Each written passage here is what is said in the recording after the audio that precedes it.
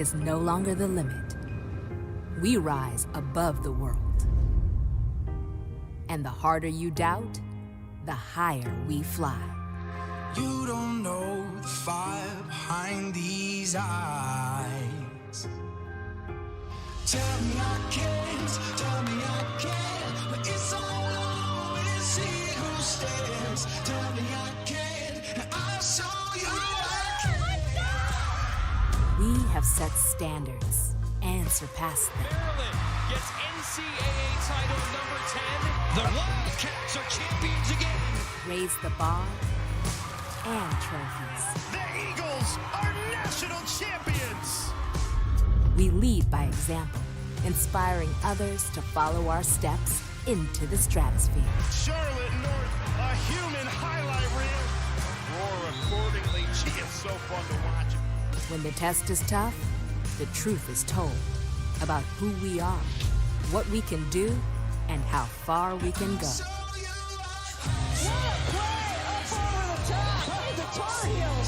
No boundaries. Gilbert shoots and scores. No apologies. No doubts. See us climb to find our fate and our rightful place amongst the stars. Well, this venue certainly no stranger to the Stars. They've been playing lacrosse at Homewood Field since 1908 here in Baltimore, and we certainly have lots of star power in this year's terrific Final Four. Number 1, North Carolina, 4-seeded Northwestern, ready to get the 2022 Women's Lacrosse Championship weekend started. Trying to beat the Storms here that are Baltimore-bound. Move the first semifinal up 2.5 hours. Boston College, Maryland to follow at 3. Hi, everybody. Alongside Sheehan Stanwyck Birch, I'm Jay Alter. We'll be joined by Dana Boyle in just a moment. Sheehan, let's start with this top-seeded Tar Heels team. They're undefeated. They come in the favorites to this Final Four. What makes them so tough to beat? It's their depth, end-to-end, All-Americans in every single position group. They're so strong, the supporting cast of players. They've got the confidence, but in this semifinal game, they've struggled. They've lost the last 3, so they're looking to get over that hump. We mentioned the star power that'll be on display this weekend. It starts with Jamie Ortega for North Carolina and Lauren Gilbert for the Northwestern Wildcats. Gilbert has been phenomenal for this Northwestern team. With the loss of Izzy Skeen to a season-ending injury at the beginning of the season, Gilbert has stepped up. She's the leadership, the heartbeat of this team. She just needs a first step. You're going to notice her speed. It is electric. She is so fast, just needs to get one step in front of her defender, and she can score. She's amazing on the draw circle as well. 52 draw controls coming off the circle. Explosive. She's got the stamina and dodges hard. So we'll keep an eye on number 1 in purple for Northwestern, Jamie Ortega. She's just been a model of consistency for this Tar Heels team. Since her freshman year and now in her 5th year, she's breaking records left and right. What's so great about her is her vision. She's second on the team in assists. She can go to goal hard. She knows when she needs to score. She lets the game come to her. Excellent on the ride. Does a little bit everything for this Tar Heel offense, and she'll be looking to step up today. Ortega, a Tewaaraton finalist, but Dana, she's not the only Tewaaraton finalist on this North Carolina team. That's right, Trey. This is the second time the Tar Heels have had 2 Tewaaraton finalists in the same season. And Ali Mastriani, as good as they come, she's that true two-way midfielder. So she's a triple threat on offense. She can dodge, she can feed, she can cut, and on the defensive end, she can handle any matchup. So when you talk about the fabric of this UNC team, you take Ali Mastriani off the field and the midfielders, and the fabric of this team looks so different, Jay. Now Mastriani ready to go. Number 12 in white in the draw control circle for the Tar Heels. We mentioned the Baltimore-bound inclement weather. Scattered thunderstorms projected throughout the afternoon. That's why we moved it up 2.5 hours early. You work hard all season long to get to this moment. North Carolina in white, Jill Girardi in Northwestern in purple. Ready? Make them cheer. And championship weekend is underway here in Baltimore. It's Northwestern that starts with the ball. Just talked about Lauren Gilbert, and she'll set up shop for the Wildcats opening possession. Northwestern coming off a convincing 15-4 win in the quarterfinal against Syracuse. And they come in extremely confident, playing their best lacrosse of the season at the right time. They're feeling really good. One of the things that they were concerned about last year was they didn't think they played loose. They've made a real concerted effort this year to come in, have fun, play loose. The term that Kelly Amonte-Hiller uses is this team is playing unburdened. So that's how they played versus Syracuse in that quarterfinal game. And no one expects them to win, but they expect themselves to win. And that's a huge mentality going into the Final Four weekend. An opportunity to throw the first punch in the semifinal, and they do. Jill Girardi stings the corner to open the scoring here in the national semifinals. You see the smiles. What a weight lifted off to get that first goal. Girardi, the senior, she's played basically every position for this Northwestern team. Has turned into an offensive player after spending a lot of her career on the defensive end. Great take to cage with the left hand. Good movement offensively for this Northwestern team, and gets that shot off before the double team's able to completely collapse.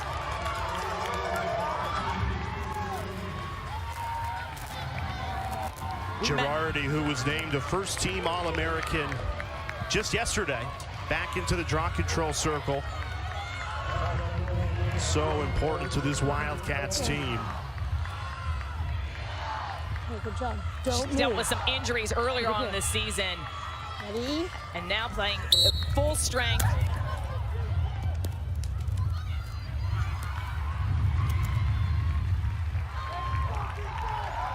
Now North Carolina, an opportunity to answer.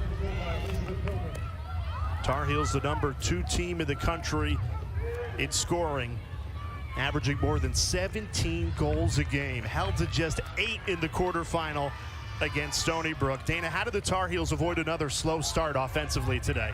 Well, what Stony Brook did really well in that quarterfinal, Jay, is they got in the hands of UNC. So they put the pressure on the ball, and then they played a zone. So if I'm Northwestern, I'm looking at that film, and I'm saying, hey, I'm going to put pressure on the ball, play a zone, and if Carolina wants to beat this type of defense with Northwestern, they have to move the ball, share the ball. The ball moves faster than the personnel do.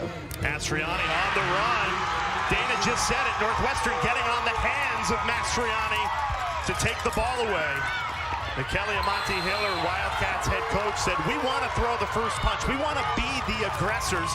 They've come out that way. That was an excellent back check by Brennan Dwyer. Love the pressure Northwestern putting on, and that's the mentality that they want, that aggressive mentality.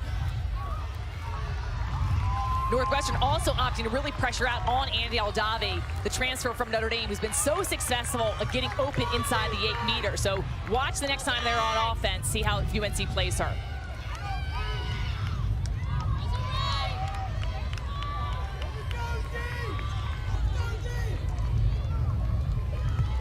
These two teams met back on March 6th down in Chapel Hill. Northwestern lost that game 20-9. We spoke to both coaches. They said you can't really read anything into that game. Too long ago, these two teams are totally different. And for Northwestern, they come in with that big chip on their shoulder to prove that they're that different team than the one that lost in March. And that loss that Northwestern had really opened a lot of conversations for that team. Lauren Gilbert really just expressed her frustration, thought that they didn't put a sustained effort out, that they weren't disciplined enough. So sometimes those losses, if you can learn from things and take it away, it can be a big series of growth. And an area that they've grown in is sharing the ball. It can't just be Gilbert.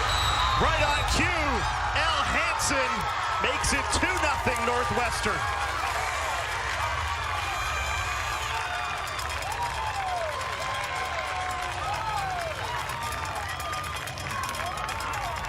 This started on the defensive end. Watch the excellent back check here. Dwyer, beautiful safe check. And then the possession control by Jill Girardi to take it downfield. Love the ball movement inside and the ability that Elle Hansen has to catch that ball, bring it across in front of her face, get her stick free, and the finish. Great pass inside. Number 7, Elle Hansen, she didn't play in that first meeting versus North Carolina. She was a little banged up, but that's huge for her to get that goal coming in. And Dana, she's one of the players that when we were talking to Amonte-Hiller about who stepped up the second half of the season, she mentioned Elle Hansen being one of those role players that's really been playing big. No! Stay still.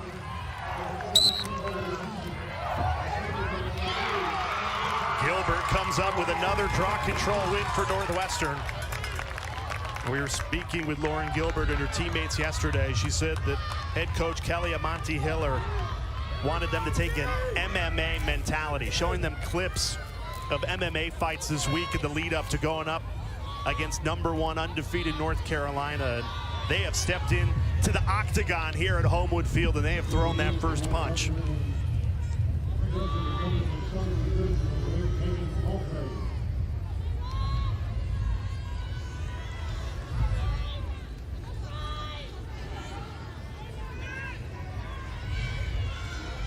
Erin Kuykendall eyeing up her options, decides to send it out to Dylan Amante. Nowhere to go on Brooklyn Walker-Welsh, the star freshman defender for North Carolina. This is one of the toughest defenses to break down in the country. Northwestern's already done it twice. Now they do it a third time. Jill Girardi blazes it past Taylor Moreno. What a start for the Wildcats. Couldn't draw this any better up for Northwestern, scoring in different ways. Love the off-ball movement for this Northwestern offense. The off-ball people are cutting through. They're drawing their defender and making her to slide. Look at the spacing that Jill Girardi has coming into the center of that 8-meter area. Great switch to the hands, increases her angles. And you can see the off-ball players. They're occupying the defender, getting them out of the way, which allows Girardi to go in and score. And you see how dangerous Northwestern can be. They won that possession off the draw so clean. Go down, they take their time on the offensive end. That's really scary if you're North Carolina. You have to possess the ball coming out of that draw circle because that's one of the best areas, the biggest strengths that Northwestern has. Kelly Amante Hiller in her 21st season at the helm of Northwestern. 9-time national champion, 7 as a coach, 2 as a player. She's just a winner. Where she loves it, so competitive. When you talk to her players, they talk about how she breeds that in them. Could not have scripted a better start. 4.5 minutes into the first semifinal here in Baltimore. North Carolina yet to register a shot in this game. One of the best offenses in the country, #2 in scoring offense. You wonder if there's a hangover from that Stony Brook quarterfinal where they only scored 8 goals. And that was a time where their offense really struggled to get a rhythm. We saw some uncharacteristic turnovers. They had a hard time finding the cutters in the middle. Here's Ortega, spins back to her right. Save, Madison Doucette. Beautiful first stop for Doucette. We had a chance to talk to her yesterday and what it feels like to get that first save. And it is really a mental game. She was saving over 70% in that Syracuse game. So when you're coming into the Final Four and you're playing a sharpshooting team like North Carolina, that has to give her so much confidence. She told us yesterday how strong goalie world is with the rest of her teammates, and she's got a lot of hype back here on the defensive end. I thought it was also interesting. She's telling us that she's not big on scouting shooters. She just goes, plays her game.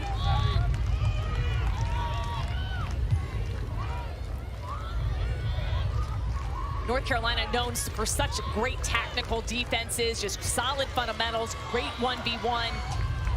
Where they're having issues is the sliding, and that you have to give credit to Northwestern for creating more space and making those slides longer so it's harder to connect. Here's Samantha Smith trying to spin her way out of the double team. Kuykendall has it. Now she lost it, scooped up by Emily Knowles. She's got plenty of speed. North Carolina has numbers. Ortega in attack mode, tried to pick out Knowles again, and the Tar Heels threw it away. Unbelievable takeaway for Knowles on the defensive end. I think that pass came a little bit too late. Knowles is a defender. She scored in the past, but I think that either needed to happen sooner or reset the offense. And very uncharacteristic from North Carolina with those turnovers. They had 18 against Stony Brook. Almost a transition goal on the other end for Northwestern. And North Carolina's been in this position before this season. In the ACC semifinal, they went down 5-0 early to Notre Dame. Came back to win that game 14-13. Obviously, you don't want to start in a 3-goal hole, but this is a battle-tested group.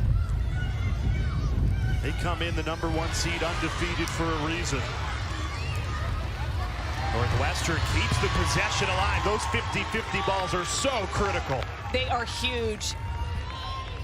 Got to make sure you get those ground balls cleanly, carry it out. I do like some of the adjustments that the UNC defense has made. We've seen some quicker slides, and they're causing it a little bit of trouble for the Northwestern ball handlers. Moreno makes her first save after letting 3 in. That'll settle down the 5th-year star goaltender. Look at those numbers. Most wins in goal in Tar Heels history, 68. Saving better than 50% on the season, one of the best goalies in the country. Her saves are so impressive. I really love her clearing game as well. Excellent job of finding the open person, placing the ball in the right spot.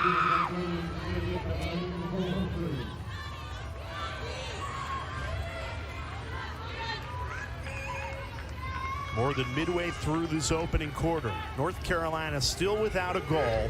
How do they find their offensive rhythm, Shan? Well, they just need to take care of the ball. So understand that Northwestern's going to put a lot of pressure on and look for those checks. And I think finding the open people inside the 8-meter is where they've had success all season. Great save. Doucette to the rescue again. Amazing save for Doucette. Love the play, though, for North Carolina. They've got to mix up the shooting. Doucette's made 2 stick-side saves. So when they get those feeds inside, take the extra second, move the goalie, find the open space in net. So adjustments to the shooting, but it's good that North Carolina's getting a couple shots off. Samantha White on the clear, freshman out of Baltimore, 15 minutes away from Homewood Field. We saw a great picture of her. It's lost in cyberspace, but when she was a 6-year-old at the national championship game when it was held at Towson with her coach, Kelly Imani Hiller, as a young kid, maybe dreaming of coming here, now she's living it out. Yeah, met in that 2010 championship weekend and now playing in a championship weekend for Northwestern. We were hoping it was on your phone, but it never came through. But awesome picture to see, these, especially a lot of young girls out in the stands right now. Lauren Gilbert, the first-team All-American, shows why. It's 4-0 Northwestern. Love seeing the stands packed. 3 different goal scorers for this Northwestern team. She gets her 75th goal on the season. Again, coming through the middle. Look as she drops her stick low, is able to generate some power. Excellent placement, non-stick side. Northwestern up 4-0.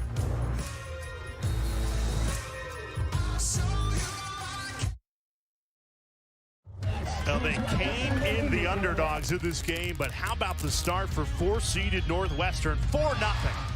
Unbelievable start. Multiple different goal scorers, finding the open spaces, driving the cage, the passes inside. Lauren Gilbert gets a beautiful score to take the 4-0 lead. Yeah, Lauren Gilbert went from being Robin to Izzy Skane's Batman to now jumping in the driver's seat of the Batmobile, and Northwestern getting a terrific effort to start our championship weekend here at Homewood Field in Baltimore. Wildcats, 4 goals on just 6 shots, extremely efficient. Going up against the #1 seed, undefeated North Carolina. Could not have scripted a better start. Another draw control win. This time it's Dwyer who hauls it in.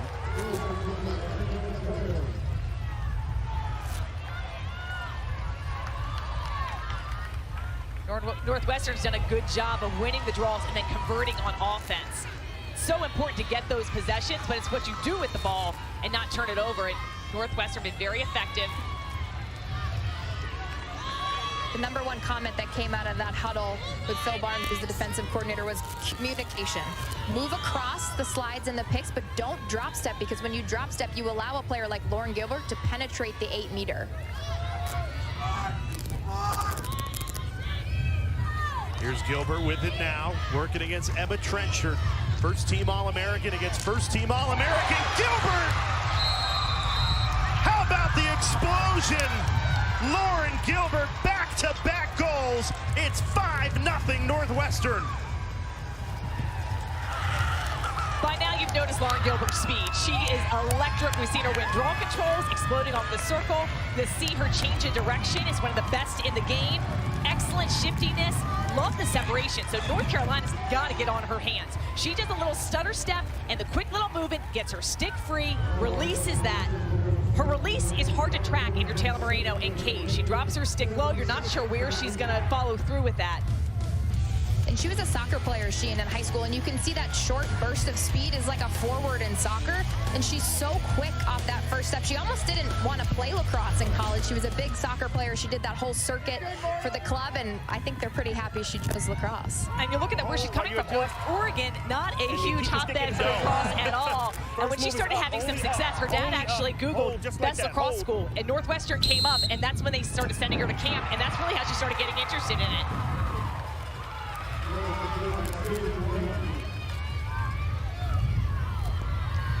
Gilbert with 2 goals in 50 seconds to extend this terrific start for Northwestern. And the possession that Northwestern is having, it's been few and far between that Carolina's been able to have it on their offensive end.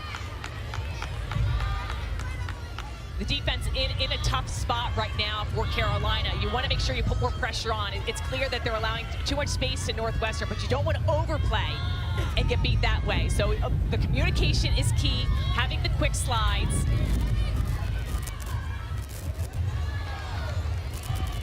Nice double team. And yet Northwestern beats it. A 6-0 start. Who could have predicted this?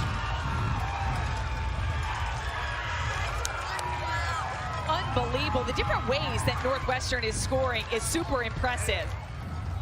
Dylan Amani, or Leah Holmes actually with the score. It looked like she was going to be shut down. Amani with the feed inside to Holmes. A great initial play, and then that top side slide, a bit too late. The roll dodge here. And almost, it looks like Moreno was screened. You see the sideline. What's the vibe down there, Dana? The sideline celebrations on the Northwestern end are out of control. We've got every player. Some aren't even suited up. We got the manager involved in all the cheers. They're fired up. I mean, the meeting in March when they played UNC was completely different than the start in this game, and that's huge. They lost that game 20-9. This is the same 2 teams of the same season. I know a lot of time has passed, but what a start for Northwestern. They have North Carolina completely on the back heel. This is the largest deficit that North Carolina's been all season long. The 5-0 one against Notre Dame in the AC semis was the largest before this game. So unfamiliar territory for Carolina. The good news is they've been tested at games throughout the seasons. They've been able to battle back. Now they just need to let it go one by one and try to get some rhythm on their offensive end. They've barely had the ball in this first quarter. They've gotten 2 shots. Madison Doucette saved them both comfortably. Here's Jamie Ortega trying to pick out Scotty Rose Brownie. Another turnover. We haven't seen any 8 meters yet in this game. And that's a bit interesting that you hear a lot of whistles. So Carolina's struggling with some feeds inside. Maybe they need to take the cage hard, get some one-on-ones, try to draw the foul, try to get a good shot. They've got 2 shots and 3 turnovers on their just 5 offensive possessions for Carolina.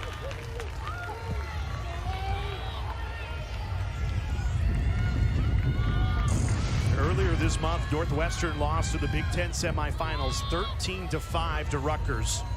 A lot of people wrote off the Wildcats. They didn't. They doubled down on themselves. And they have played great lacrosse, almost a behind the back goal, inches away, hit the pipe. You can see they are playing loose. They're feeling good out there, taking chances, sharing the ball. They beat Syracuse handily, 15-4. They're coming in confident, playing their best lacrosse of the season. It's no surprise to them that they've started out to a 6-0 lead. Certainly surprised the Tar Heels and many fans across the country. Moreno, another save. She's trying to get going. You mentioned it, Chia. This is a position that North Carolina is just not accustomed to being in. They're undefeated, 20-0. And yet you find yourself down 6-0 in a semifinal.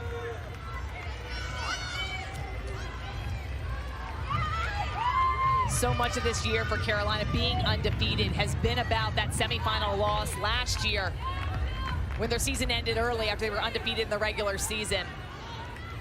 they haven't forgotten that pain. So you know that you want to make sure that they have to find balance for finding the fight and heart in this game.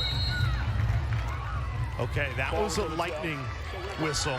Lightning within 8 miles. We knew this could be the case, as bad weather is Baltimore bound. So with that horn blowing, that means we will have a 30-minute stoppage in play. All the players, all the spectators will have to clear out of Homewood Field. This might be the best thing that happens for Carolina. I've worked a lot of games with weather delays, and it's amazing how the momentum can shift. So both teams are going to need to make sure over the next 30 minutes that they keep in game-ready mode, they stay loose, but a perfect time for Carolina to reset. And on the other side for Northwestern, you're thinking, we want to keep playing, we want to ride this wave while we have all the momentum. And it'll be interesting, too, the strategy. So we talked to the coaches yesterday, and some want bikes in the locker room, some will just chill out, listen to music. So on the flip side of this lightning delay, we'll have to chat with the coaches and see what they did to keep their team motivated and focused during the break.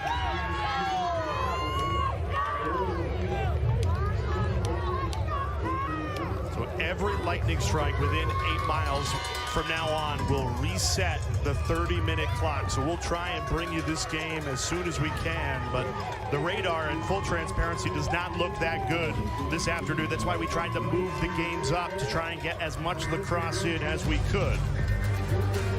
So as it stands, the lightning delay has begun. Northwestern a 6-0 lead. We'll try and keep you posted here in Baltimore, but you'll be with taped programming till then.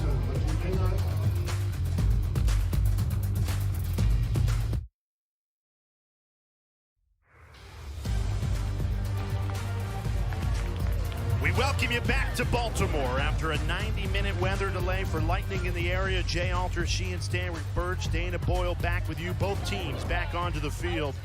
Number 1, North Carolina. Their undefeated season in serious jeopardy right now. Northwestern shot out of a cannon to start this game. You said it. They were on fire, winning possessions. They dominated on their offensive end. Jill Girardi with the score that feeds inside. Holmes with the goal there. Another take, and Lauren Gilbert puts them on top even more, padding that lead. They were finding the seams. Everything seemed to be clicking for this Northwestern team, while UNC is facing its largest deficit of the entire season, down 6 goals. Kelly Amonte Hiller's team had all the momentum, and then the lightning strikes totally changes the atmosphere here in Baltimore. 90 minutes in the locker rooms. What's going through a player's head during that stoppage? I think it was huge for UNC to have this break. So the lightning delays and weather can really cause the momentum to have to shift. I think at UNC, they had to probably have some tough conversations. Only 2 shots in that first quarter. And Northwestern has to figure out a way that they can sustain the momentum, keep the energy up, and pick up where they left off. Dana, what was the mood in the North Carolina locker room during the stoppage? It's interesting to hear the dynamic from either of the teams, but for UNC, they had some heart-to-heart conversations. Sheehan alluded to it, and that was necessary. I did find out that both teams had prevalent snacks, but on the Northwestern end, they were having dance parties in the locker room. They were having a good time keeping the energy up, so it's interesting to see how each team chose to spend that weather delay. Is it hard to keep that energy up for an hour and a half, Sheehan, even though you're leading this game 6-0? It is, because it's a fine balance. You don't want to expend too much energy, so you want to make sure you manage the emotions, but it is a long delay. Keep everyone up. Don't want to get too sedentary. So a fine balance, but it'll be a very interesting restart right now. I've marked the weather delay because usually this can be a turning point in the game. So Northwestern with all the momentum. We'll see if UNC can change things up at the end of this first quarter. North Carolina with the ball, trailing by 6, largest deficit the undefeated #1 North Carolina Tar Heels have faced all season. A little more than a minute left on the first quarter clock. You get the feeling a goal to start this restart would do wonders for this Tar Heels team. Here's Wurzburger, barely touched it in the first quarter. Passes off to Ortega.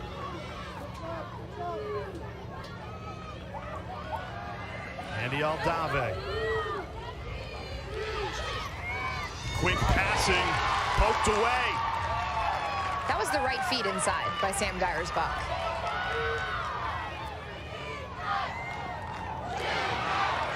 Hillman has it.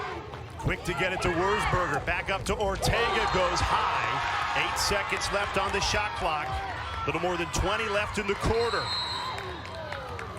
We see a foul inside the 8 meter, so this will set up our first free position shot of the game. A lot of attempts here for UNC. Andy Aldave will be put on the 8 meter.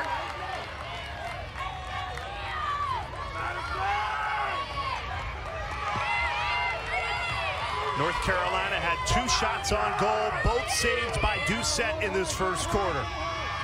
Aldave, the transfer from Notre Dame, steps in, another save! Doucette, all their saves have been right to her stick side. Great play here by Hillman, getting the ground ball. Ortega has 4 seconds, fires it in, and Doucette keeps it out. A statement made by this Northwestern defense. North Carolina, a scoreless first quarter, even after. In our first semifinal between Northwestern and North Carolina, it's the 4-seeded Wildcats with such a strong start, 6-0 lead. First quarter took 2 hours to play because of a weather delay. Sheehan, you look at the championship pedigree, 4 finalists. Since 2005, these 4 teams have combined for 15 of the last 16 titles. These are the perennial powers of the sport. And these are my dinner party question answers. When I go to a party and they say, oh, women's lacrosse, who's good? I'm going to mention these 4 teams and talk about their dominance. It's been amazing, the success. And I think once a team is able to win that championship, it breeds a different type of culture that they know how to win and they expect to win. Ready?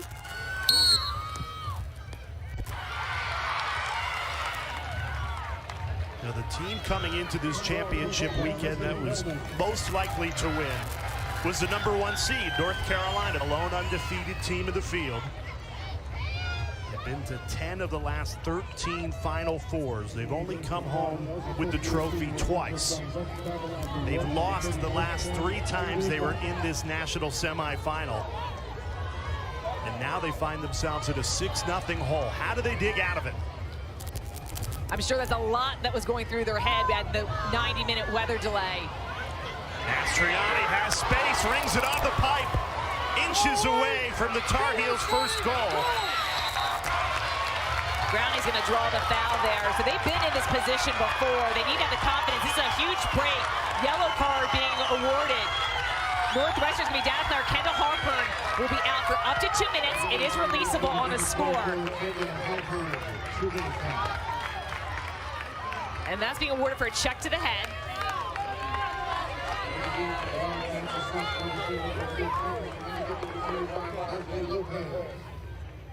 UNC has to fight through the doubts of their semifinal performance, which you want to make sure that those thoughts didn't creep into their head in that delay, to understand they've been tested throughout the season and they've had so much success in depth. Brownie, one of their best players on the 8 meter. Brownie decides to go to goal. North Carolina there to back it up. They are woman up for the next minute and 50 seconds.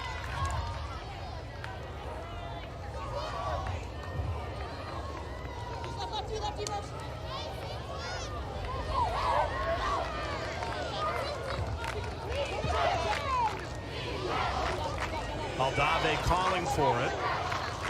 Instead, they go behind the cage to Wurzburger. Brownie cutting in, somehow kept out. Not going to get a better look than that one for Scotty Rose Brownie.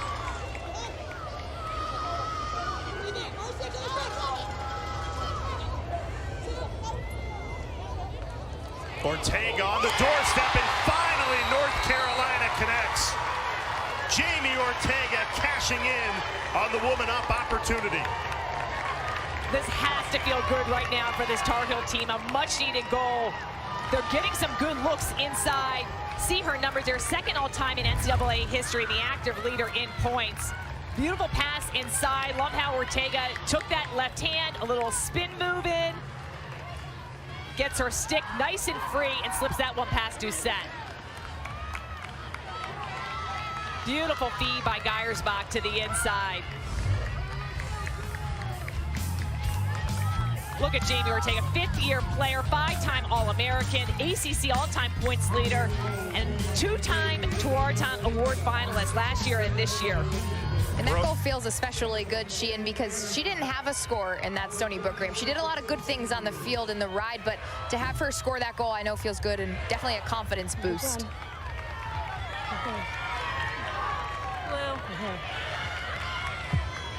Don't move. You're good. Stop moving. Ready? Love getting to listen in to the draw between Girardi and Mastriani. Those two have battled all afternoon long. Northwestern comes up with this one. Samantha Smith goes flying. No card. It'll be Northwestern ball trying to protect this 5-goal lead. And that UNC score would release a yellow card, so teams back to even strength.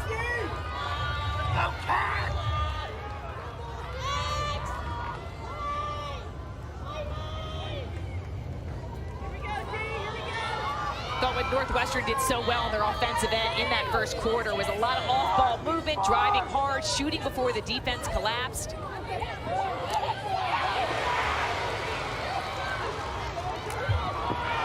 Great defensive effort by Elizabeth Hillman. She calls that turnover, 2 checks, and forces out to the boundary. It was Northwestern who came out of this game with so much aggression. Now, they threw the first punch. It feels like after the lightning delay, it's North Carolina that has been the aggressor. And North Carolina had 4 shots the entire first quarter. Already 4 shots in this second quarter, 3 minutes into it.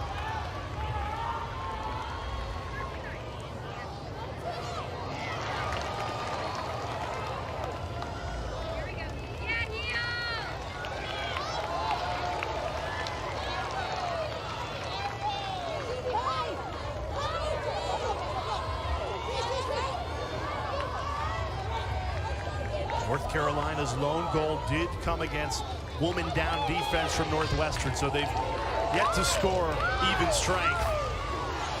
Trying to find back-to-back goals as they dig out of a 6-goal deficit. Mastriani breaks through.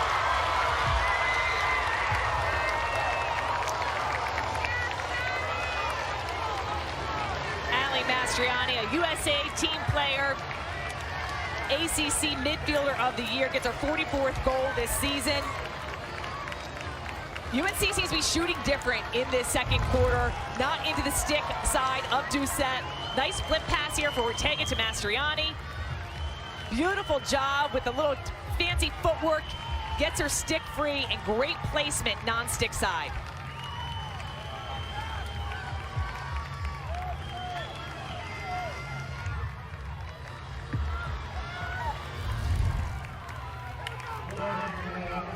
And that possession was really set up by Elizabeth Hillman for UNC. Down on the defensive end, coming up with the caused turnover. Ready? Stay still.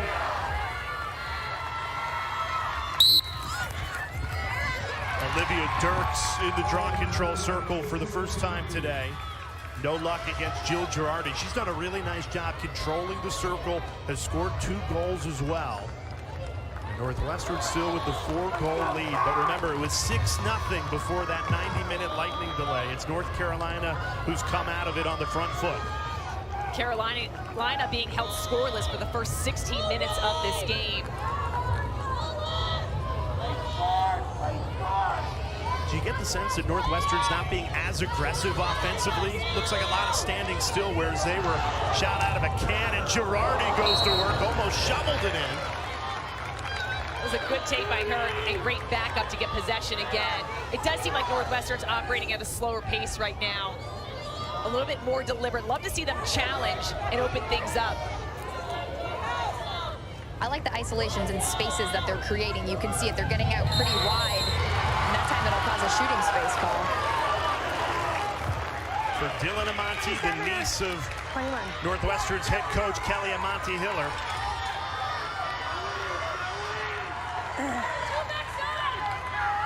Okay, your foot needs to be behind on that line or behind. Behind. White.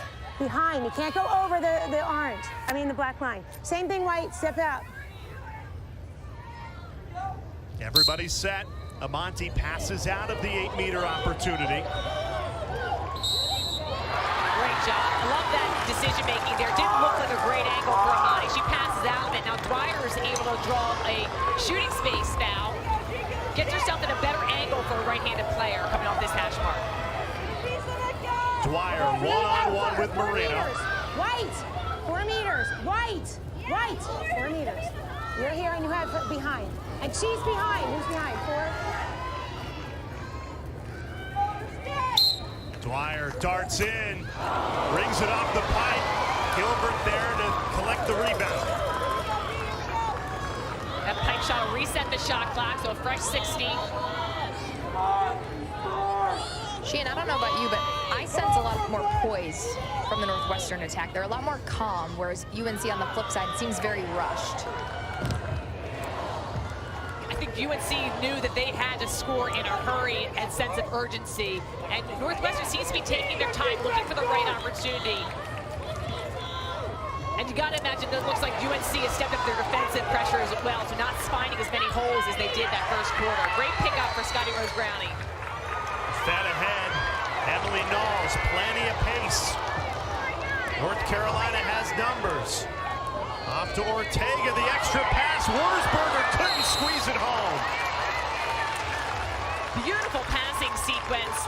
Thought Knowles could have hit Ortega earlier in that play. But great setup for Wurzburger and better save for Doucette. It almost looked like Emily Knowles was going to take it to cage herself, and she was a pure scorer in high school, so I was a little surprised she pulled it out, but ultimately the best decision with the time on the shot clock.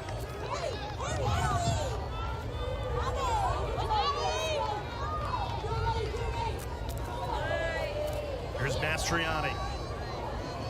Tewaaraton finalist, back-to-back ACC Midfielder of the Year. Flips it off to Ortega. Has a step. Doucette there to meet him. Great stop, quick clear. Doucette's really feeling it. You can see her having a hot start. And I think a lot of that happened because her offense had so much success, which gave her a ton of confidence. She's made some big-time saves against this really potent UNC offense.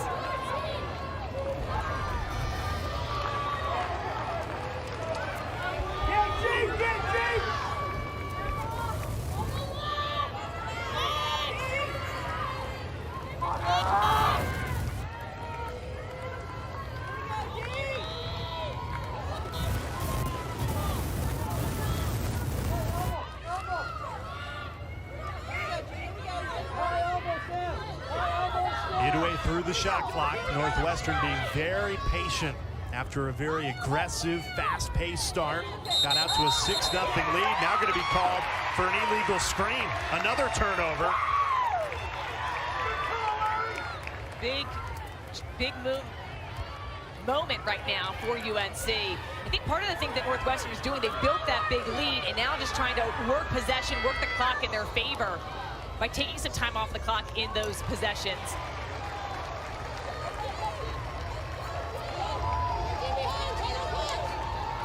Three turnovers for Northwestern this quarter. They have not scored since the 3:49 mark in the first quarter before the 90-minute lightning delay.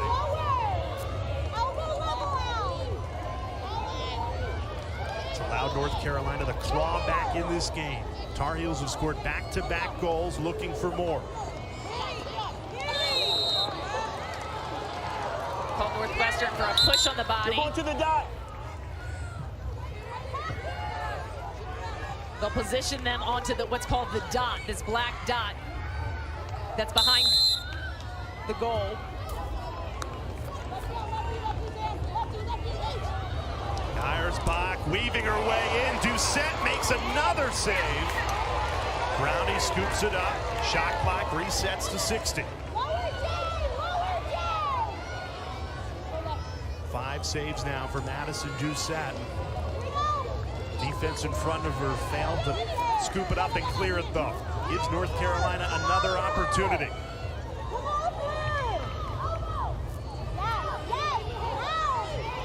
Mastriani in attack mode, fighting through traffic, tried to muscle in, called for a charge. Big win for the Northwestern defense. UNC's gotten a lot of calls under their defensive end. Mastriani, I think, trying to make something happen with her footwork, but Northwestern able to hold defensive positioning. And I think that's the right call. I know the charge has been controversial in women's lacrosse, but you know, she did charge in there, and it's a little bit different than basketball where you don't have to have your feet set, you just have to have defensive positioning. So good call by the officials, but I know UNC isn't happy about that. Yeah, totally the right call. She was barging in there, and there was quite a sea of defenders in there with positioning. Is that a case of just trying to do too much? I think sometimes she's able to get free. There just happen to be so many purple defenders inside, and I don't even think she can get turned around. So it's you need to be able to dodge hard, and sometimes you're going to get called for the charge call, so just not to let it affect you on the next play.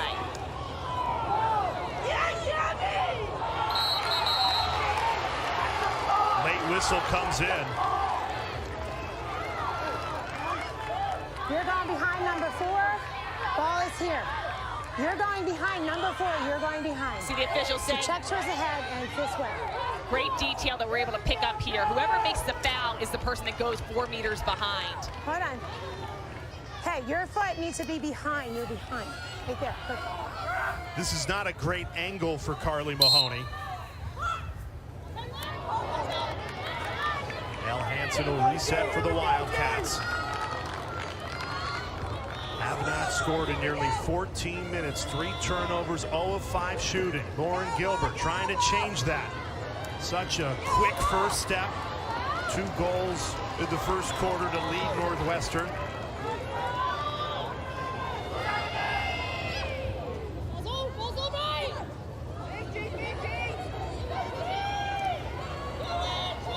Gilbert splits 2 defenders, bounces it home. What a goal! Lauren Gilbert. That's a hat trick for her. And Northwestern back in front by 5. Unbelievable dodge for Lauren Gilbert. Love how she didn't force it when she was up top a few passes before this. Beautiful protection of the stick. She gets to the center of the field and scores. Northwestern up 7-2.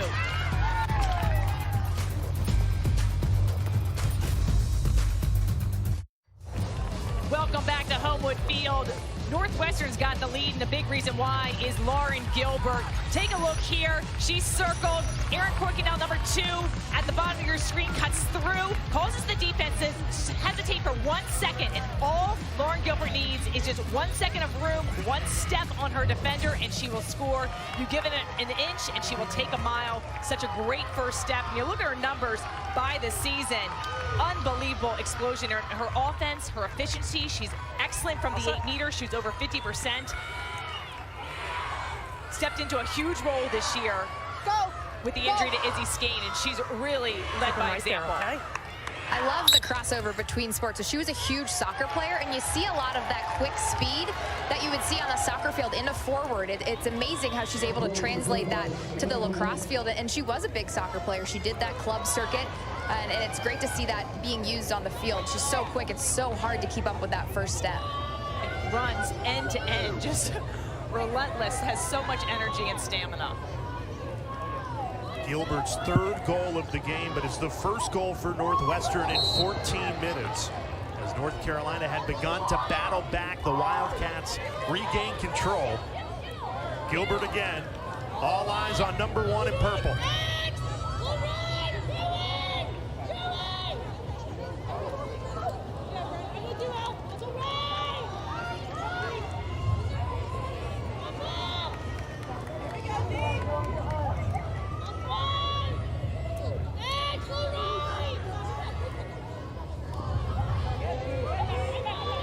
Kuykendall with 30 left on the shot clock.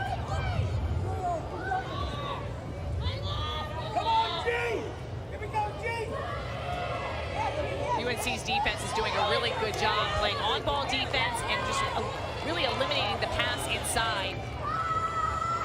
Here's Girardi, 2 goals to her name today. Curling around the cage, 7 seconds to shoot.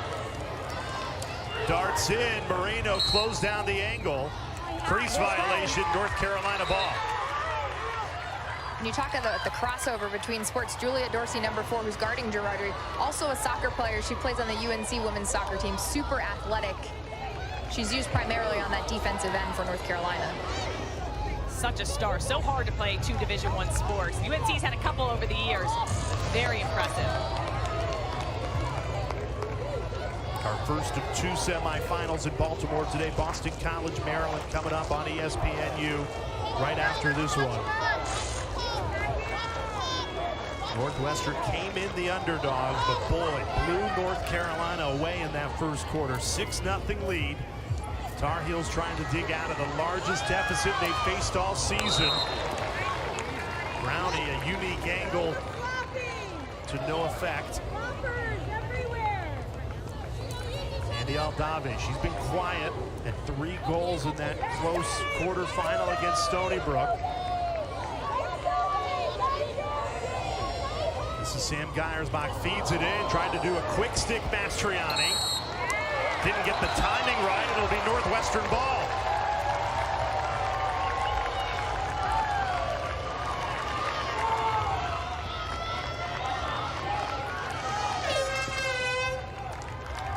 Timeout Northwestern.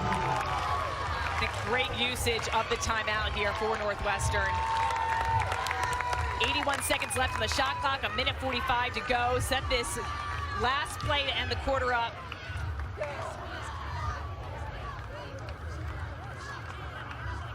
Kelly Amonte-Hiller's team has been in total control for this first half, even through a 90-minute lightning delay. Coming up at halftime, we have a live sound on. Tari and Amari are here in Baltimore, as well as Mike Corey. They'll recap what's been an exciting first half. I'd say an unpredictable first half. I think it's really unpredictable start. The 6-0 run that Northwestern had, limiting North Carolina just a couple shots.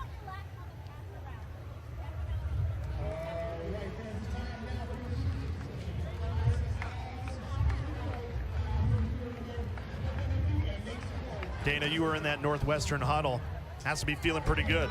I think it's so interesting, the coach's philosophy and their mentality. So Northwestern, they're up by 5 goals, and Kelly Amonte-Hiller said, don't relax on the pass around, because North Carolina is trying to jump that passing lane. So although they do have a lead, they have to stay in the game and sort of stay intense to not make any mental errors that could potentially lead to a turnover. I think really smart, just stay on their toes, stay aggressive, both ends of the field. And understand that UNC is trying to make a play. And I think the UNC defense has really, after that weather delay, they've come in, they've locked things up, played a lot tighter. You know, it's funny, you talk about Kelly Amonte-Hiller and this Northwestern program. How could you use the word surprise with what they've done?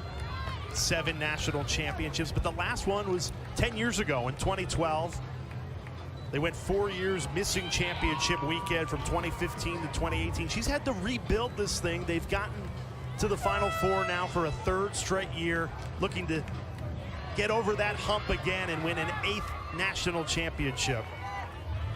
I think one of the things I like about all 4 of these teams is they each tried to embrace that underdog mentality. They tried to all sell it to us, that they all felt like the underdog, and Northwestern players telling us that they're the number 4 seed. They don't think anyone believes they can win. They want to go out and prove it. And just kind of playing with that chip on their shoulder. UNC taking the other route, even though they're undefeated, that they think that they haven't won the semifinal game the last few years, and they want to show and get over that hump. Yeah, if the result holds, this would be 4 straight semifinal losses for North Carolina.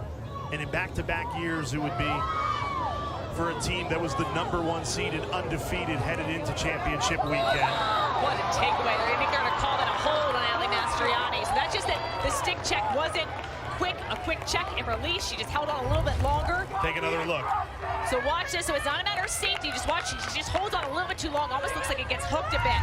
So that's the foul.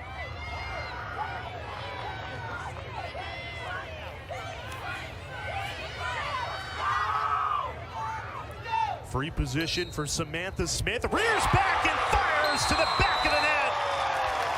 The freshman cashes in on the 8-meter to make it 8-2 Northwestern. Great take and score. Samantha Smith, the quarterfinal for Syracuse. She had 2 goals. She's coming off a big game with a big score. A couple different techniques that people use coming off the 8-meter. Some like to run it in, some like to step and finish. You can see Moreno, she hits the turf, goes down low. And Smith's able to fire that one right stick side in that hip level. You kind of get, it's very tough for goalies to make those hip level shots. They don't really know where to move their arms. You go underneath, you go over, and it looks like Moreno thought that was going down low.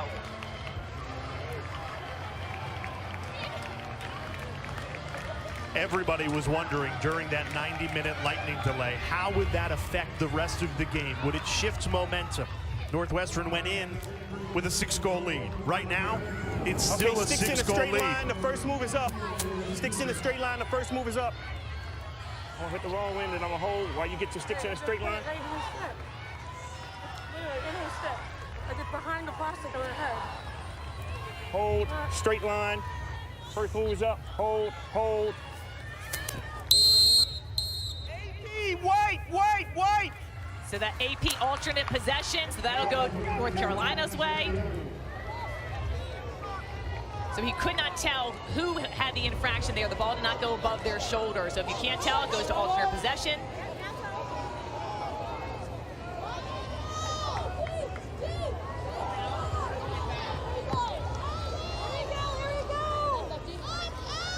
After North Carolina scored back-to-back goals, Northwestern answers with 2 goals of their own. Can the Tar Heels find one right before halftime? Mastriani on the move. No angle. Top-seeded Tar Heels scoreless for more than 10 minutes. Mastriani rings it off the top of the pipe. Northwestern ball. It is, they are making UNC work so hard to get their shots off and get a score. We've seen a couple pipes. Beautiful job by Samantha White running that out, getting the ground ball, but another great play for Emily Knowles. Knowles has to go full field in 5 seconds, can't do it. No doubt about it. Northwestern dominant in that first half. They'll take an 8-2 lead into the locker room.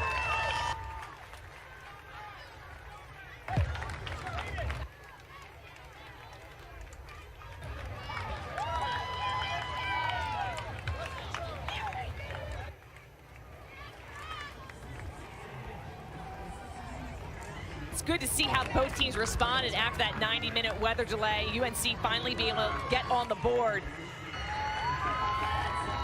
Let's go down to Dana with Kelly Amonte Hiller. Coach, you described your team as unburdened coming into this national semifinal. What sort of play did you see offensively that attributes to that word?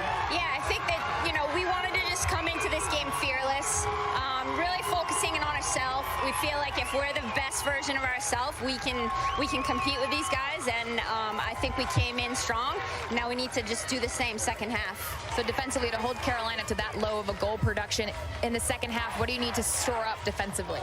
I think just keep doing what we're doing. I mean, obviously they have a lot of weapons. They're going to come hard at us. We know that, they're a tremendous team, and we need to just keep doing what we're doing. Thanks for the time, Coach. All right, thank you. Jay? Go Cat. Kelly Amonte Hiller's team came in as the underdogs. An 8-2 lead. On the other side, you'll be with Tari and Amari and Mike Corey.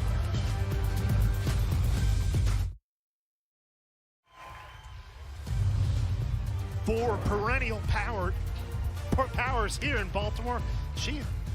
I'm losing my breath here. Too much of a quick halftime. I don't know how Dana's feeling. She had to fill in the halftime show. Sorry about that. Here we go. Ready to roll. Half number 2. She and Stanley Birch. Dana Boyle down on the sidelines. Hopefully doesn't have a coughing attack like I did. I was waiting for the choking sign. I was going to help you out. I know. Heimlich if needed. For Northwestern, look, you just used the word choke. You don't want to call it a choke, but they came in the #1 seed, undefeated. They're on the back foot. They're in trouble right now.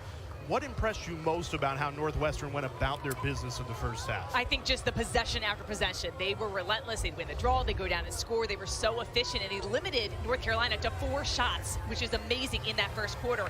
The good news is for North Carolina is that North Carolina, after only having 4 shots that first quarter, they had 11 shots in the second quarter. Now they're shooting 2 of 15, which is well below their season average. They want to be shooting above 50%. So they're getting opportunities. They just need to convert on that. Put it right there. Keep your stick straight. Keep your stick straight. Don't move. Hold it just like I got it. Don't move, White. hold. First move is up, only up, hold, hold. Back underway in the second half. Mastriani wins the draw to herself. Tried to scoop and score. See, North Carolina's picked up the pace since falling down 6-0. They are looking to score in a hurry. There's a sense of urgency there for the top-seeded Tar Heels. Dana, what did you hear from head coach Jenny Levy at the half? You hit the nail on the head, Jay. It's that urgency, and Jenny Levy's been preaching all season long. We love a challenge, whether it's weather, whether it's physical, whether it's the other team, and this is a challenge, and they're in that spot, and they really just need to shoot better, is what she told me. We're getting the looks, but we're hitting too many pipes, and you saw that off of Ali Mastriani's shot. Ortega denied by Doucette.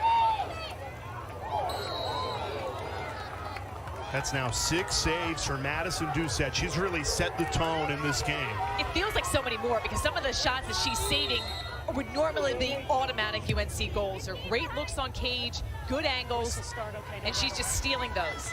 And a good part of that is the defense that's playing in front of her. We haven't really talked about Ali Palermo, but they're rattling the UNC defense by getting in their hands. Great pass, Mastriani the finish.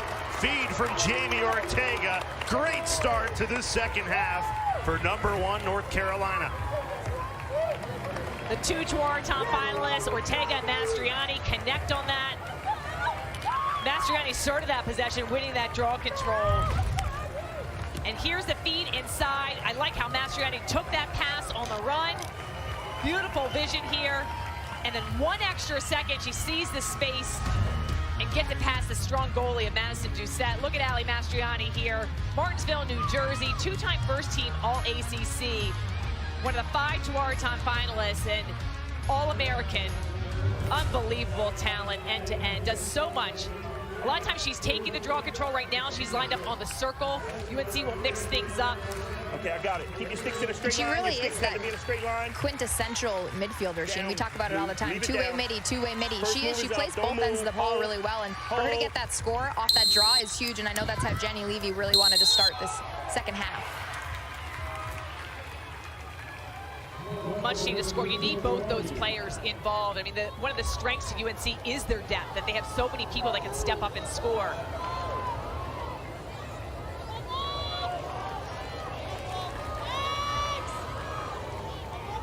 Offensively, it's been changing tempos for Northwestern. They started this game shot out of a cannon, back-to-back-to-back goals, 6 of them to start the game. Then they settled into a slower tempo, controlled the game, responded with 2 goals after North Carolina scored 2 in a row. Here's Lauren Gilbert at a first-half hat trick and scores that one on the run. First-team All-American Lauren Gilbert showing why.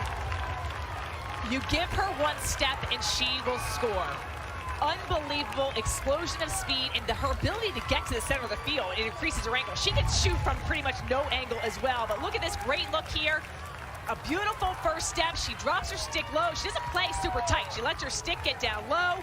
Great extension of the arms. And look at the placement right at the kneecap of Moreno.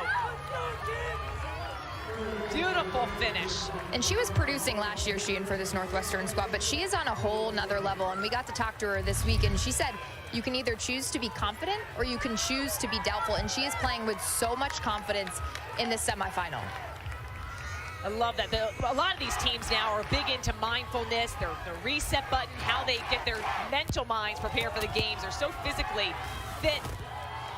But really, when things go bad, how do you reset? How do you challenge yourself? I love that saying from Lauren Gilbert.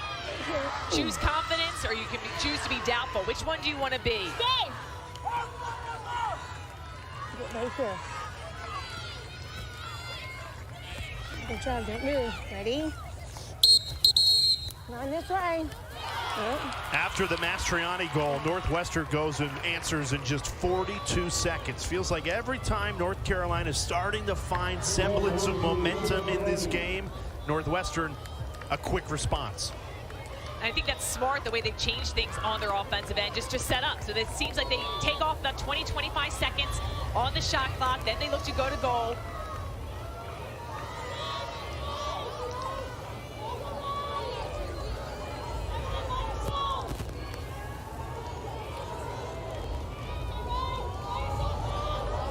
Gilbert on the the move. 4 goals to her name, passing off Kuykendall. Backs out of a double team. On the doorstep, that's a charge. Another good call, I think the right call. Getting those charge calls as a defense. There's so many whistles in the game of women's lacrosse, and it's a huge boost to the defense when you get awarded possession.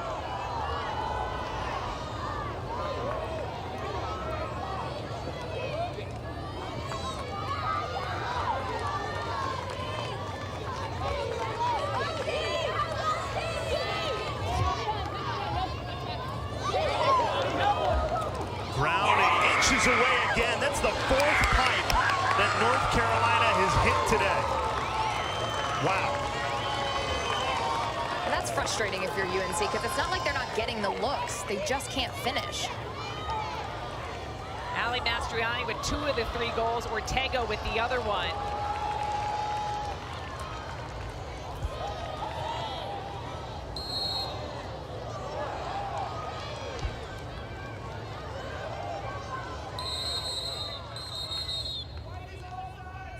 We welcome those that just finished watching some postseason softball. We're here at Homewood Field in Baltimore. Jay Alter, Sheehan Stanley, Birch, Dana Boyle down on the sidelines. We've got the officials mic'd up, which has been awesome all afternoon long. This is the first of 2 semifinals. Boston College and Maryland coming up here. And an upset is brewing. Number 1 North Carolina, an undefeated regular season, 20-0. Trailing by 6, largest deficit they've faced all year long. Northwestern with all the momentum, looking for more. Kuykendall delivers. Aaron Kuykendall unleashes a flamethrower, and it's 10-3 Northwestern. What a score from Aaron Kuykendall. Looked like she was trying to draw the shooting space, but she found the seam. Great look, 45th goal this season. She's more of the assister for this Northwestern team. Gets the flip pass. Beautiful angle here, and you can just see the dejection in Taylor Moreno. Following that shot in, it pings off the post. Coaching staff's gotta love that. Fists in the air. And this is when you see a lot of players shine. Sheehan, you mentioned it, Aaron Kuykendall, primary playmaker most of the season. But she has the 2nd highest total of assists since 2010. Shelby Frederick holds that record. She's also on staff. So to have someone like Aaron Kuykendall come in during the semifinals and kind of transition that role and now be a goal scorer, that just helps elevate your team. And this Northwestern team, they're not giving up.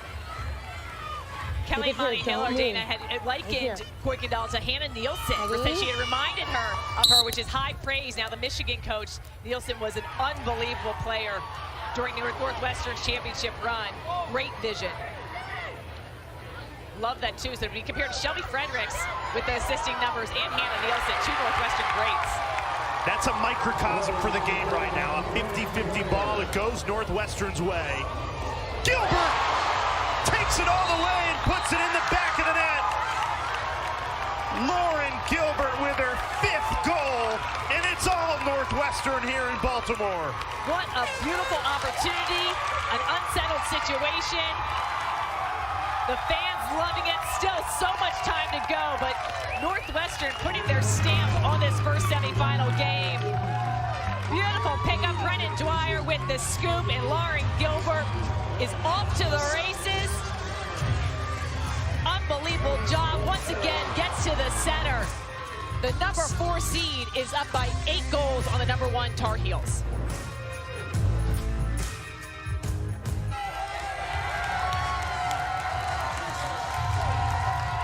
Northwestern right now in the driver's seat, 11-3 lead, and that is Herb. He is the loudest and proudest Northwestern fan here in Baltimore. Kelly Monty-Hiller said, back before we were winning national championships, Herb believed in this program. 7 national championships later, he's at every game, longtime Northwestern fan, or he was at every game before this past season. He moved to Colorado, so hasn't gotten to many this year, but told the team and Monty-Hiller, I've already booked my trip to Baltimore. I'll see you championship weekend in the Final Four. This is when Northwestern was struggling a little bit in the regular season. He continued to believe in them. And so Kelly Amonte-Hiller said we're going to have the Herb Award starting on April 26th. Every day, a different player has gotten the Herb Award for belief and spirit. Who's been the best teammate of the day? The energy. They had a cutout back from the COVID days when in the stands they were selling those cutouts, and big picture of Herb on the sideline yesterday in practice. Amazing. I had a chance to talk with him in the hotel. We're all staying in the same hotel, and he gave a full scouting report of UNC. Outside, he was testing the weather, and I don't know if you guys could hear it, but there's a lot of Purple fans in the stands, and they were just screaming, chanting, started to chant Herb coming out of that, coming out of the halftime. So he's a big point of emphasis for this team and gives them a lot of juice coming into these games. Well, every team tries to find a rallying cry, and that's a unique one. You don't hear that all too often. A man in his mid-80s spurring on a postseason run, but he has done that for this Northwestern team.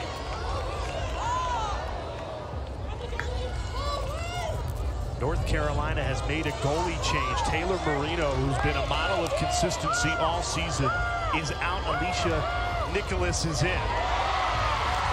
And North Carolina comes up with a takeaway. Olivia Dirks, the transfer from Penn State. That's a huge cause turnover. Good job, Nicholas, maintaining possession right there. Taylor Moreno rarely goes out of games, even when UNC has been up by quite a few scores this entire season. Nicholas comes in just playing 94 minutes, just played in 7 games this season.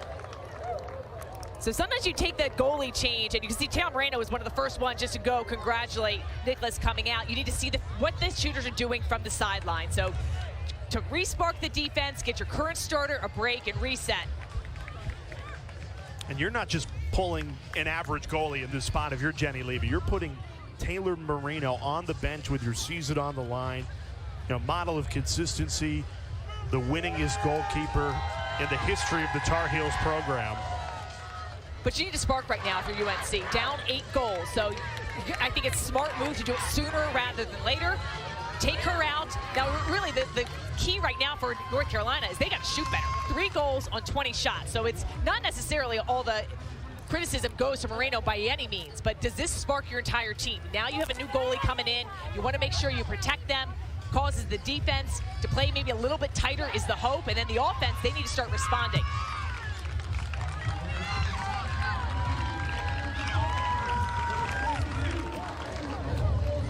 Jenny Levy's team with their backs against the wall. They have been so good in the regular season, not just this year, but last year, on a 40-game win streak in the regular season. But they get into the semifinal, and it's fallen apart in years past. They've lost 3 national semifinals in a row. This would make 4 in a row. Is it a mentality thing? I don't think so. I mean, I think everyone, other team, there's a target on this Tar Heel team's back all season long. Yes. They're undefeated. The performance today is, we see them struggle like we've not seen them throughout this year. We saw a ton of their games this season. Ready?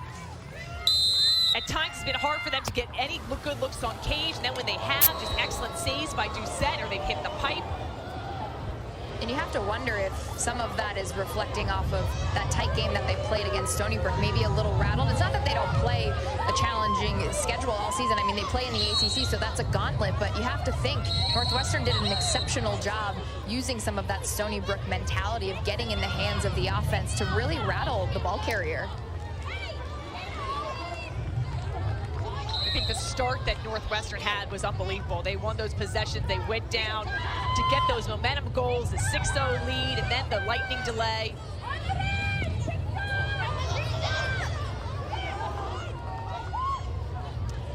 Good ball movement for UNC.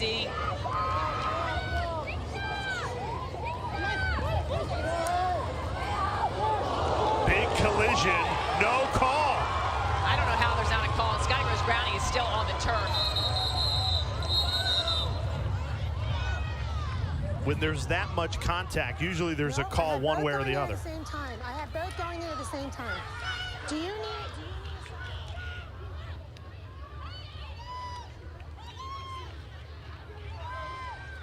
The official's saying that both players collided at the same time.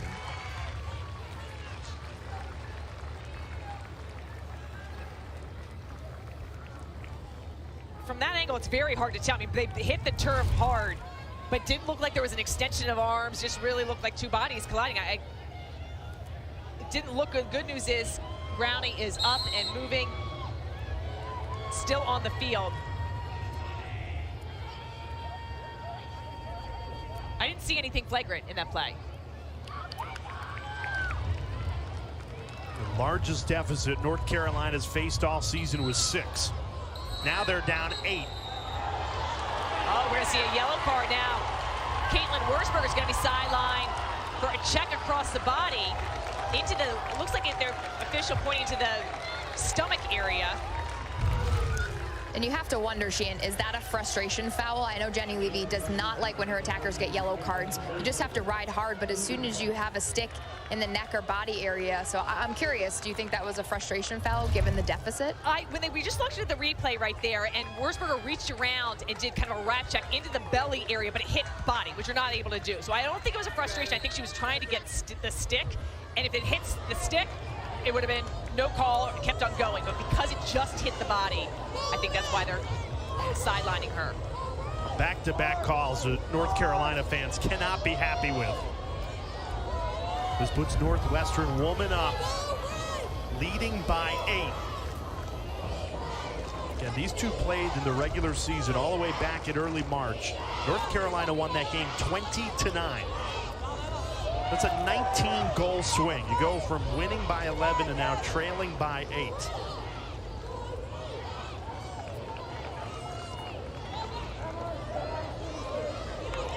Very patient Northwestern right now. Smart using this penalty time.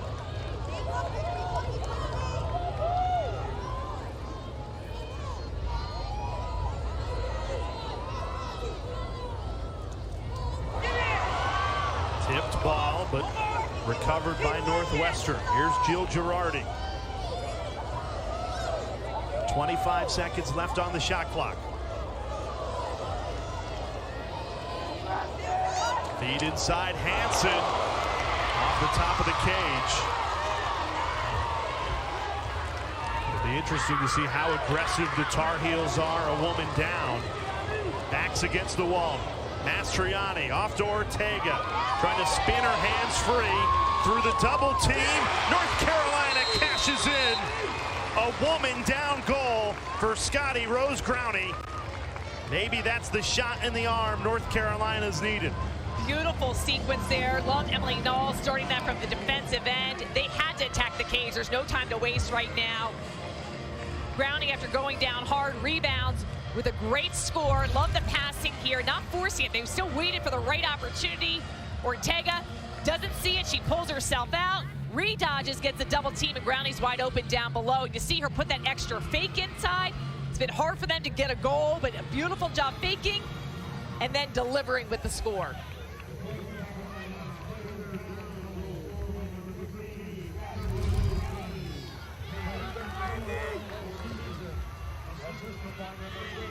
Look at Scotty Rose-Growney from Pennsylvania, two-time U.S. high school All-American, 18 career goals coming into this NCAA tournament. She gets her first score of the game and a much-needed goal. She's the second leading goal scorer for this Carolina team.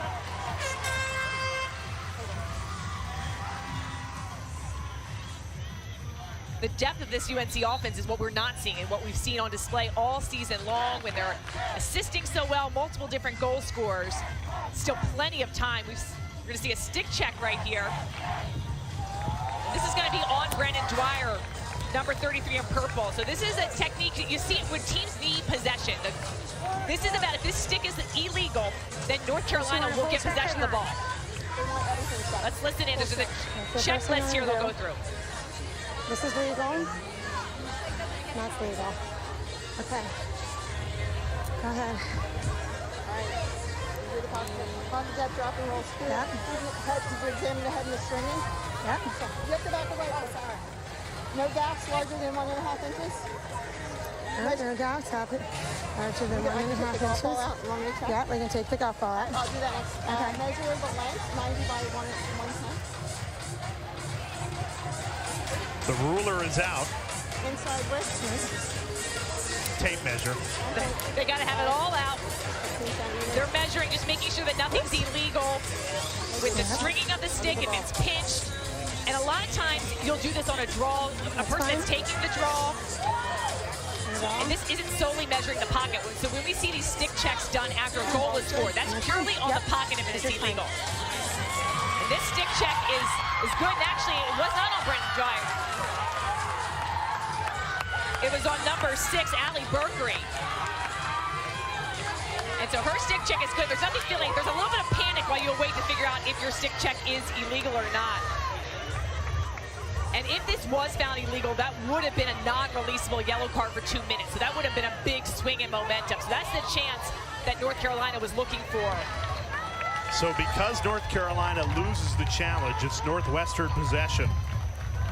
Seems like an odd time to do it, Sheehan. You just scored a goal. You're trying to get some momentum.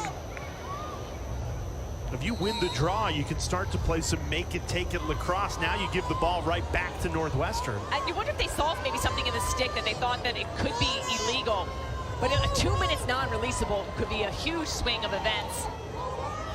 The Wildcats still a woman up for the next 5 seconds, too.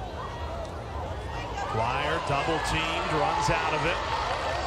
Back to even strength. Curling around the cage, Elle Hansen delivers.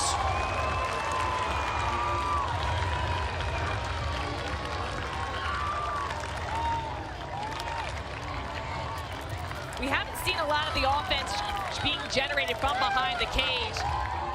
Hansen, the senior, is able to get her 18th goal this season.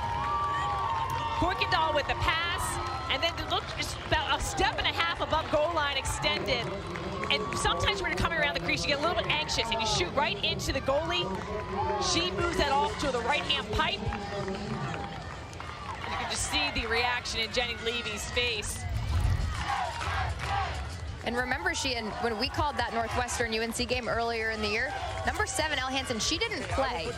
And she is certainly making a statement. And we're seeing the depth that Northwestern has, and we're not seeing that we typically do on the UNC side. So credit Elle Hansen. That's a big score. You can see the defeat on Jenny's face on that play. Up first, only up, hold.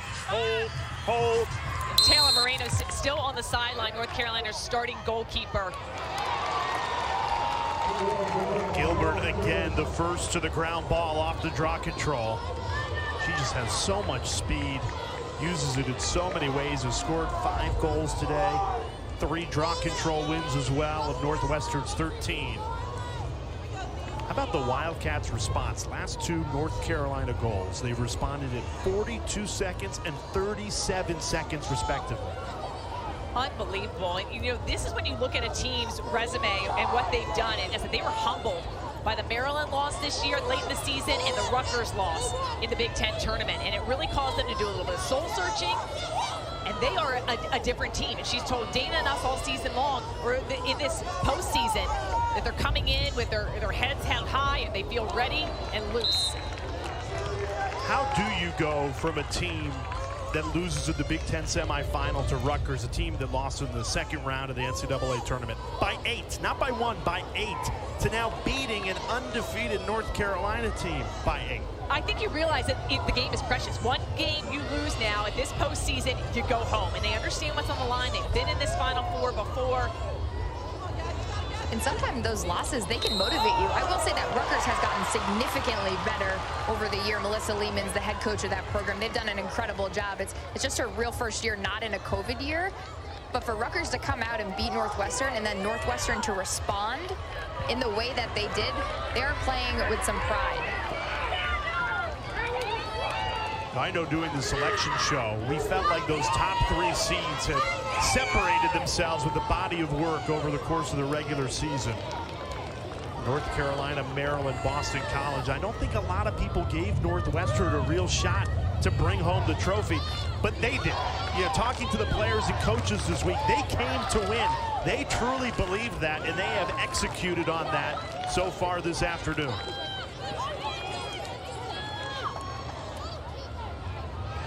Tar Heels desperate for a goal, trailing by 8.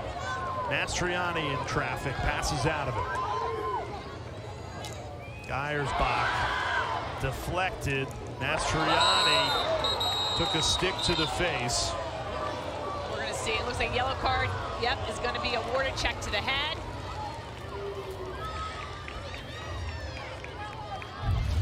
Take a look.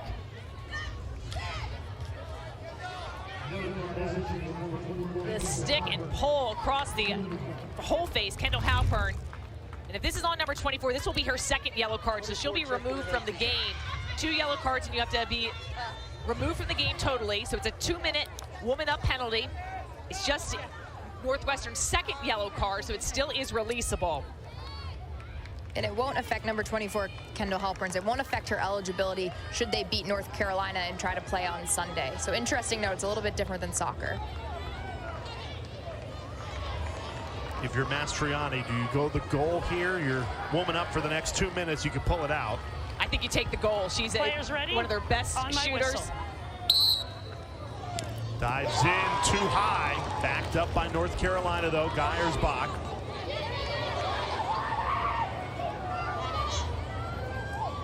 Here's Ortega. Splits 3 defenders and scores. Jamie Ortega pulls one back for North Carolina on the woman up. You can see Ortega calling for a foul. She got hit in the face. 66th goal this season. The score will release the penalty. They'll go back to even strength, but UNC, a much needed goal. Ortega goes hard. She's got excellent stick works, always able to dice through the pressure, goes full speed, doesn't slow down, she's able to get herself open. Great pass from Geyersbach, and the finish from Ortega.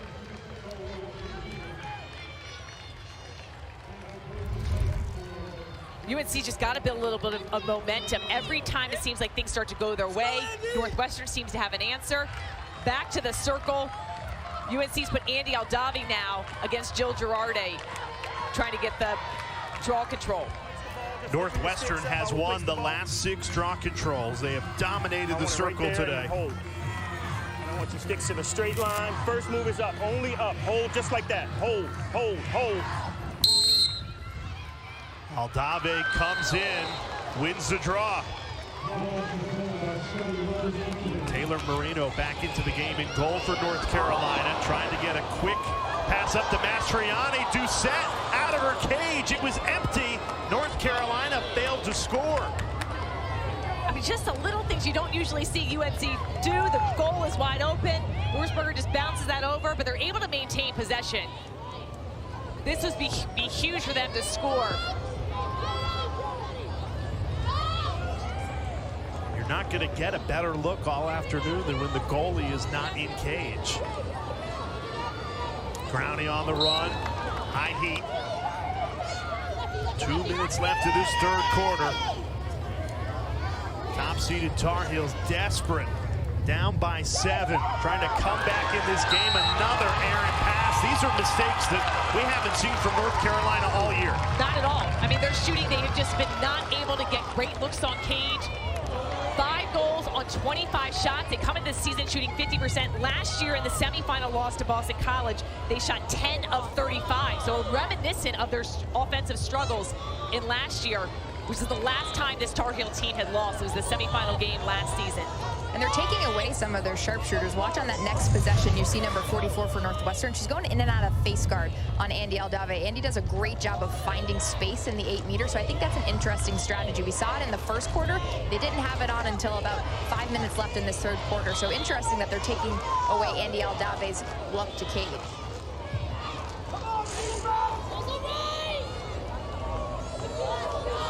Tar Heels team that has fallen in the last 3 semifinals, 2018, 2019, and 2021. They're going to need a Herculean effort in this fourth quarter to come back from down 7 goals. Northwestern in full control.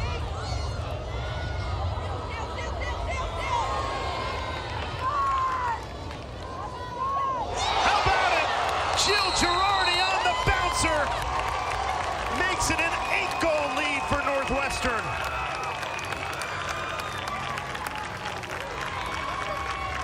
What a play, working the defense. Jill Girardi, 52 goals this season. Last year in 2021, she had 3 goals and 2 assists. Her role has been shifted. She's more offensive-minded, does whatever this team needs. Has taken that extra pressure, realized she had space, she had time and room. Her head is up. You see her, she wants to feed right here. Then she realized, I got to score. And Northwestern takes a 13-5 lead with just 32 seconds left to go. Beautiful bouncer.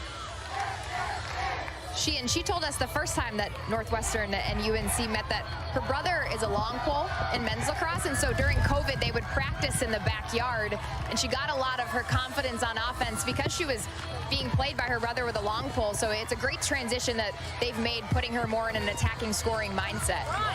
It's been a collective effort for Northwestern, but Jill Girardi and Lauren Gilbert, those two have really set the tone today.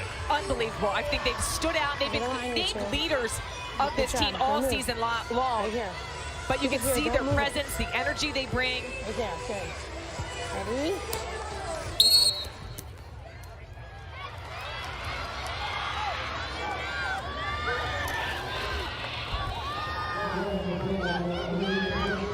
Ortega looking to initiate, make something, anything happen for #1 North Carolina.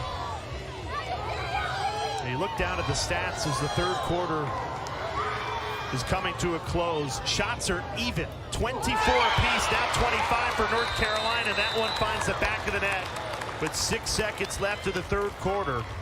So North Carolina's taken more shots than Northwestern in this game, and yet even with that goal, they trail by 7. Wurzburger finally gets a score in this game. It's her 32nd goal this season. Has led the team in assists. Geiersbach with the assist on that play. 6 seconds left in the third quarter. I've seen teams take possession on the draw and run down and score. Gotta work quickly. Take a look at Wurzburger behind the cage. Beautiful cut, and then the quick stick fit.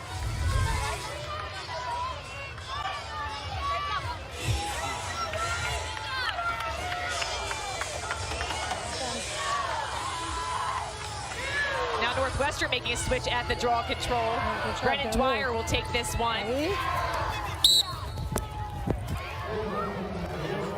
Dirk scoops it up. 2 seconds left.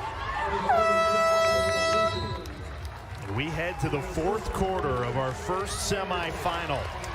The 4-seeded Northwestern Wildcats, 15 minutes away from getting back to the national championship game for the first time in 10 years. What a performance this has been for Northwestern.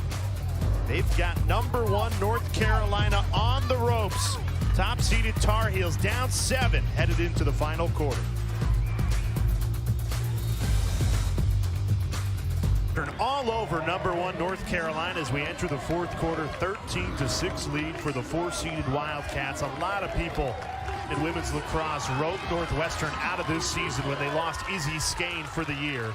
Missed the entire season, a preseason season-ending ACL injury. She had 98 goals last year, and she was the reason Northwestern got to championship weekend a year ago. So when she went down, everybody said, well, I guess Northwestern's not a contender. But talking to her yesterday, she still believed in her teammates that even in her absence, they would get to this stage. Which is amazing, because I don't think a lot of people did. I mean, when you said Northwestern, people said Izzy Skane. They were all aboard the Skane train, and she has taken her role from the sideline as she's recovered and helped this entire team. But it's amazing, and it took a long time. We talked to Coach Monty Haler early in the season. She had thought that they adjusted without having Skane in the lineup, but she really recognized it took a while to understand how are they going to adjust when they don't have Izzy Skane that can dodge and score. Yellow card now being issued to Olivia Dirks. Cross-check. You can see the energy of Izzy Skate on the sidelines, and when we talked to her yesterday, what really stood out for me is I asked her, what's an area of growth that you've seen transitioning to this coach role? And she said, traditionally she's been, I lead by example, but now I have to be a more vocal leadership, and I love it. You can see the Izzy Skate on the sideline asking for the card there. A huge momentum shift right now for Northwestern. They woman up.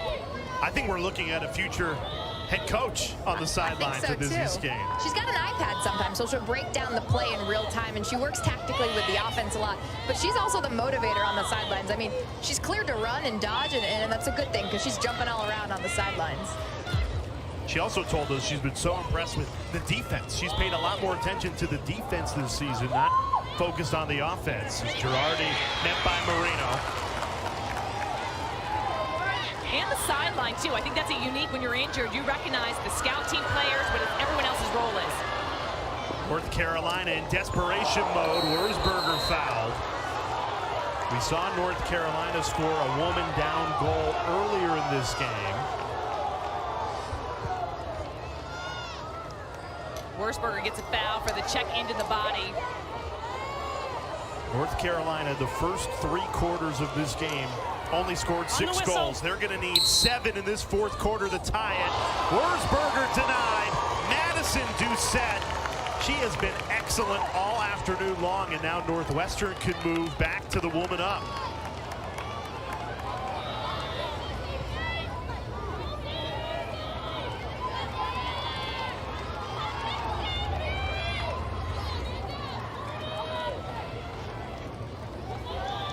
In a pre-shot clock era, this game would be over, Sheila. 7-goal lead, impossible to come back.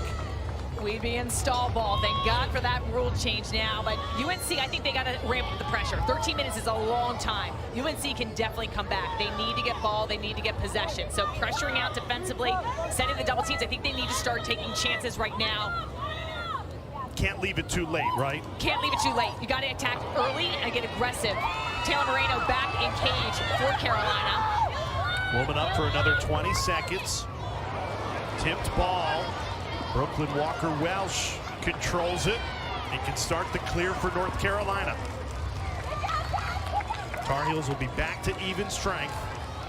And they need 7 goals in the final 12 minutes and 45 seconds of this game just to force overtime. They have only scored 6 today. They're shutting off Caitlin Wurzberger behind the cage right now. Northwestern putting the pressure on.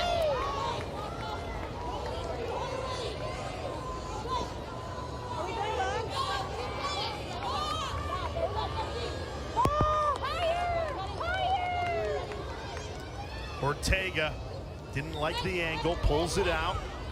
A mistimed pass. Going to stay North Carolina away. Northwestern will get called for a push. So Brooklyn Walker-Welch will have possession. Still 30 seconds on the shot clock, so UNC's gonna need to get to work.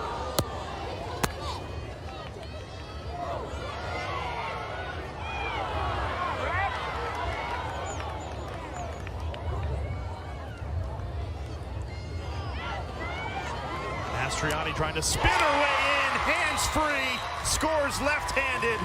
Ali Mastriani, her 3rd goal today, trying to will this North Carolina team back in it. Great take from Mastriani. I think her footwork is so quick. Her switch of the hands. Look at her numbers, 46 goals, 126 draw controls. Scotty Rose Brownie flips it to Mastriani, and Mastriani just works here. Back and forth, trying to get a step on her defender, the switch of the hands. Great placement with the shot. They are having to work so hard against this Northwestern defense.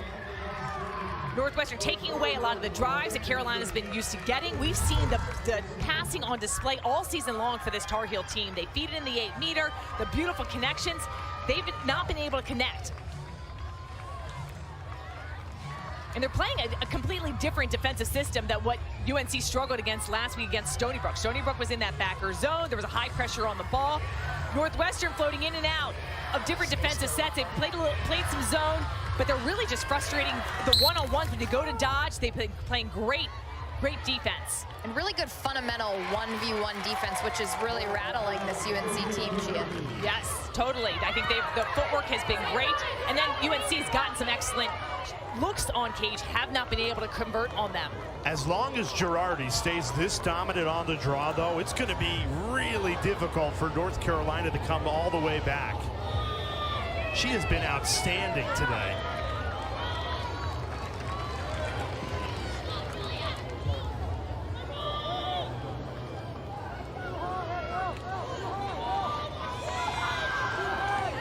Here's Lauren Gilbert, first-team All-American with 5 goals to her name today.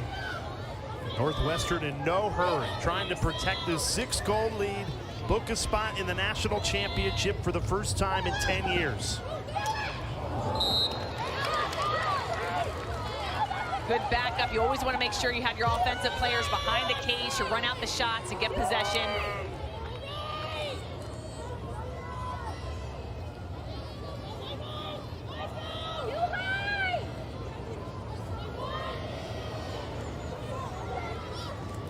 Gilbert, all the attention on her, passes it off. Dylan Amati squeezes it past Taylor Moreno, and Northwestern doubling up #1 North Carolina. Amani just able to control that pass. Her father, Tony, a legend, played in the NHL for 17 seasons. Such an athletic family, Kelly Amani and her siblings. Beautiful pass inside from Gilbert. You see her draw the 3 UNC defenders up at the top. Passes through the traffic. And a great quick fake and finish. And the eruption from the fans. So much energy. I mean, I love that the crowd came back after that 90-minute weather delay. People waiting in their cars, couldn't wait to get back in the stands. Unbelievable environment here.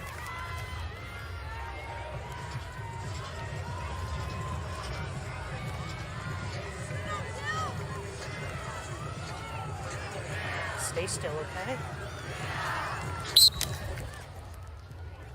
You know, for Northwestern, they built such a dynasty, 10 straight Final Fours. During such a stretch, 2005 to 2014. You win 7 national championships in that stretch, and then you kind of go dormant. 4 years in a row, no championship weekend to show for it. Now they've gotten back to this stage the last 3 years. Can they reclaim another national championship? If they play like they did today, they'll have a great chance on Sunday. Trying to close out the final 9 minutes and 40 seconds. North Carolina going to give it everything they have. But is the mountain too steep to climb? Ortega spins. They're setting up that isolation play for Ortega. She had plenty of room, but couldn't get to the inside.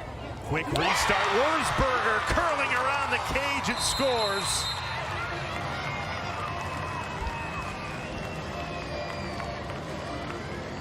This makes it a 6-goal game. Still plenty of time left. 9 minutes and 15 seconds. Gives the Tar Heel fans some life. Like how UNC changed the point of attack. Get the ball behind to Wurzburger, and she just rolls the crease. Look at the off-ball players. They set up a little bit of isolation play, give Wurzburger plenty of room. Wurzburger's able to drop her stick low, change the level, gets her defender on her back. And beautiful placement of the shot.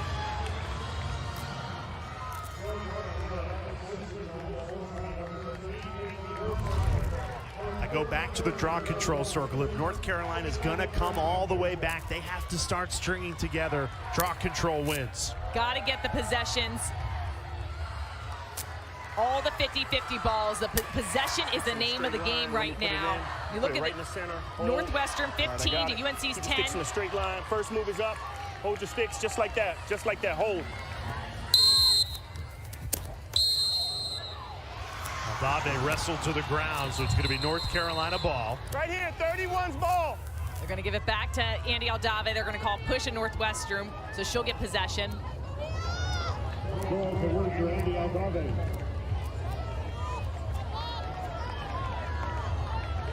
Here's Crowning. in attack mode. Down the left alley. Great pass, just mistimed. Wurzburger inches away. It's the type of afternoon it's been for North Carolina. They're just not in sync like they usually are on the offensive end. Pass is just a little bit off. The shot's not connecting. This foul was outside the 8 meter, so put Geiersbach on that 12 meter.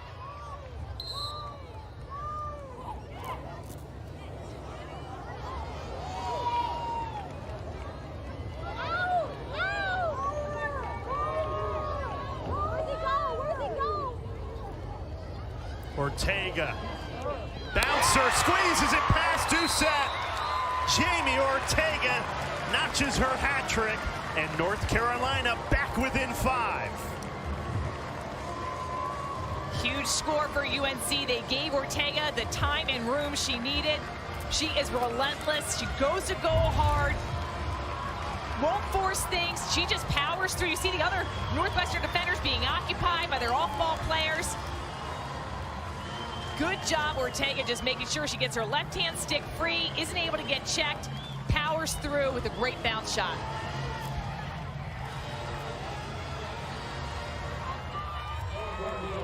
Can North Carolina find 5 more goals in the next 8 minutes and 15 seconds to keep this undefeated, perfect season alive?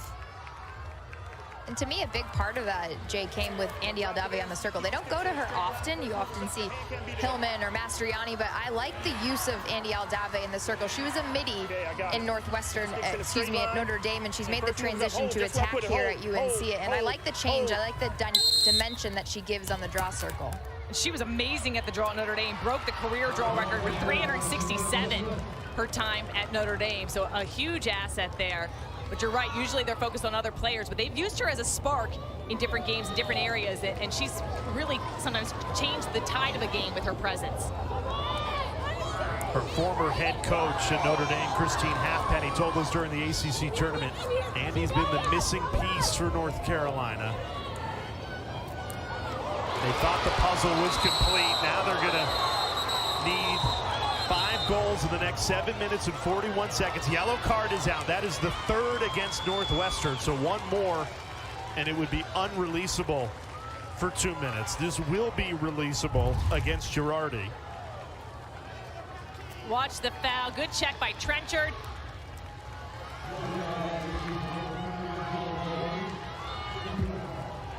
There was contact with her in a couple different parts of that play. Not sure which one the card is actually issued for, but Jill Girardi is going to be sidelined for up to 2 minutes, and they need her on that field.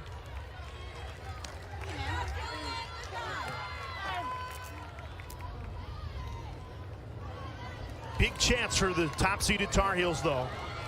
Down 5. This is still would be a Herculean effort, but woman up. They're on a 4-1 run. This is the closest it's been since it was 8-3.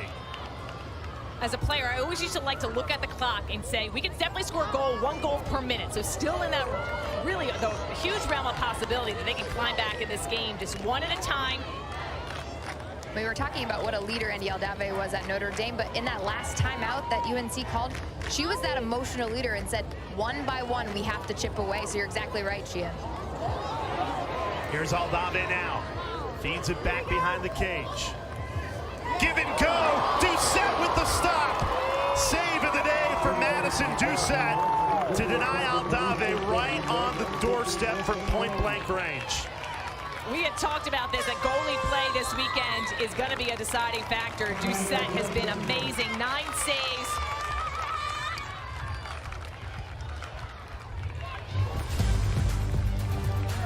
Andy Aldave with the shot. Doucette gets the save.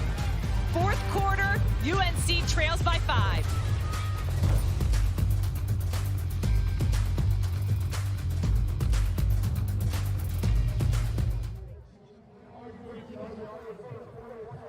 First plays just electric. Her first step, her drives to cage. The energy she brings to this Northwestern team. Such a leader, such emotion, and so fun to watch. 5 goals, 1 assist today, not to mention 3 draw controls.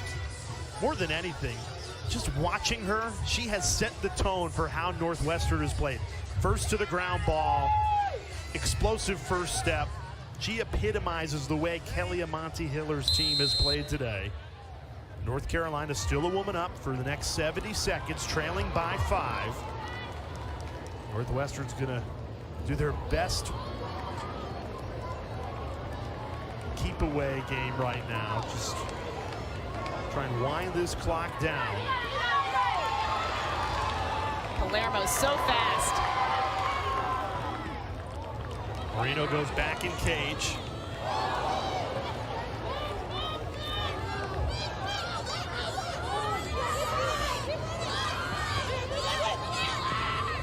See that quick double team comes in.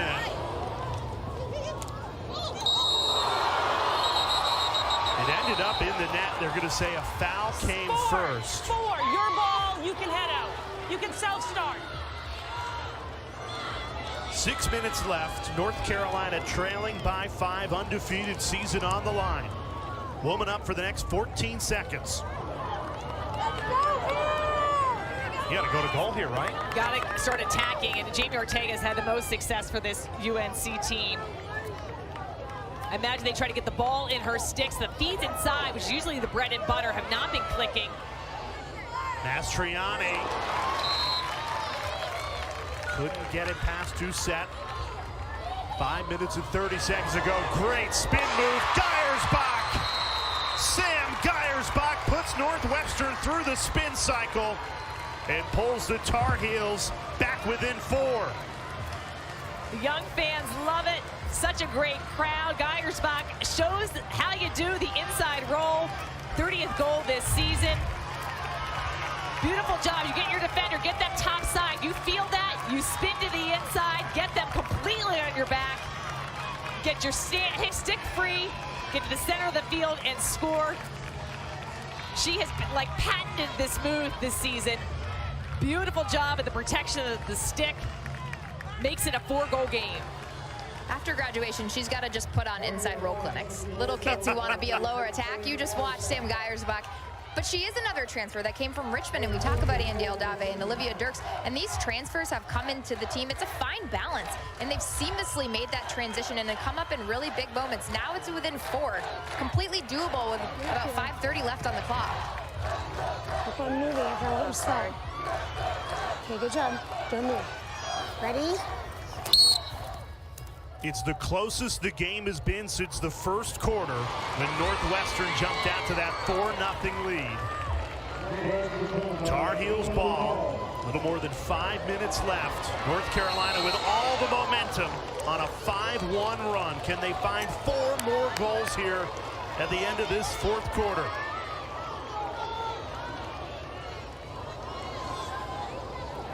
Great cut, the finish! Scotty Rose Growney buries it.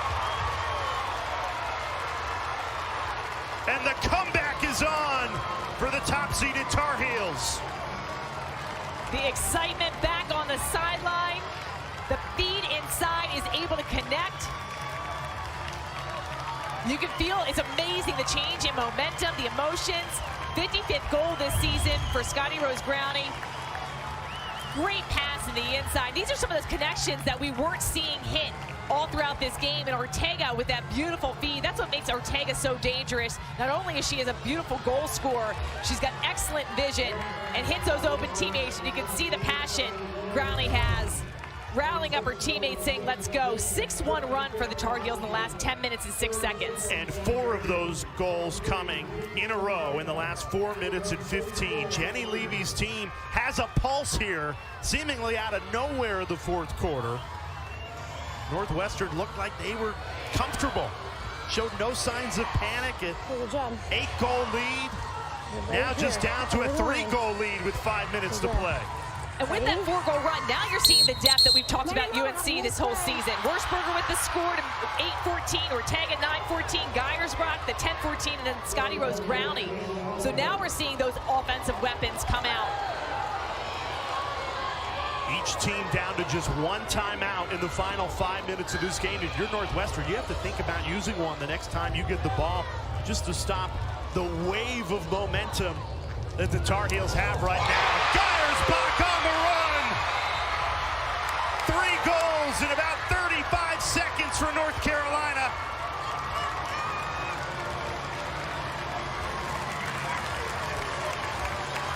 Unbelievable. Winning the possession of the draw, they're turning right into goals. Geiersbach with another great score. Takes this hard and just beautiful shot. The UNC offense is finding its rhythm.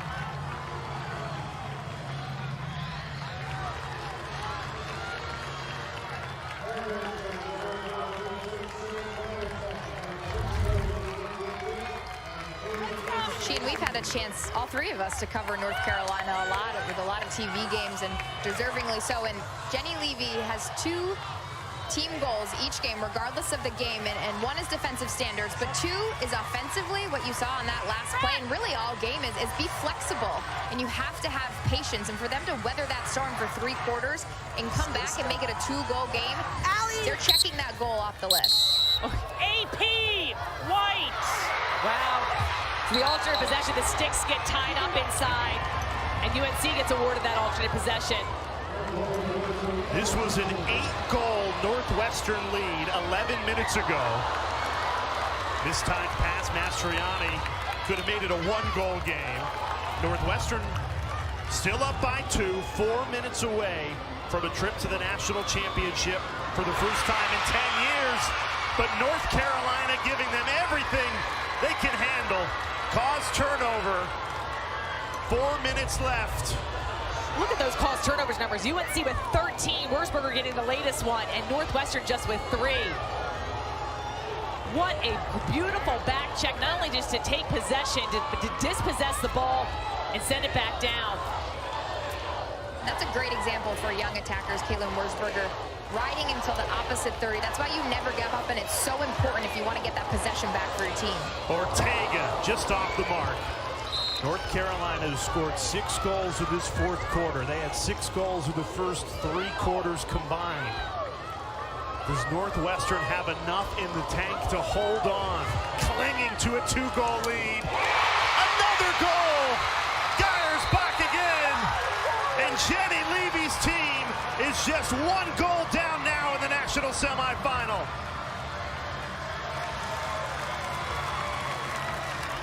Beautiful take. Geiersbach with the back-to-back scores, the transfer from Richmond. She's a 6-year player, tons of experience. 6-0 run for Carolina last 6 minutes, but this starts. Watch the back check. Girardi's getting a double team. Caitlin Wurzburger, number 13. She sees his stick, a nice check. It's clean, and she scoops up the ground ball. And look at the display, the opening of space right here. Complete overload for the UNC offense, gives Geiersbach plenty of room. The switch to the hands.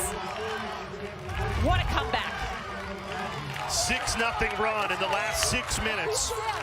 8-1 run overall. This top-seeded Tar Heels team, they were left for dead. 8-goal deficit, the largest they've faced all season.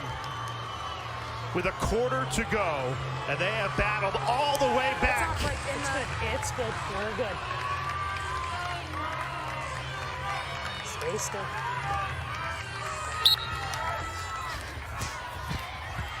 Aldave has it for North Carolina.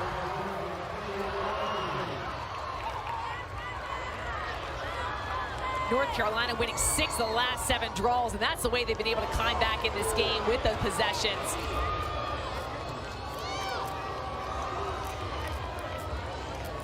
It's the closest this game has been since it was 1-0. Northwestern jumped out to that 6-0 lead. They controlled the game for 3 quarters. This 4th quarter has belonged to North Carolina. They made an 8-goal deficit, just 1. Now looking to tie this game.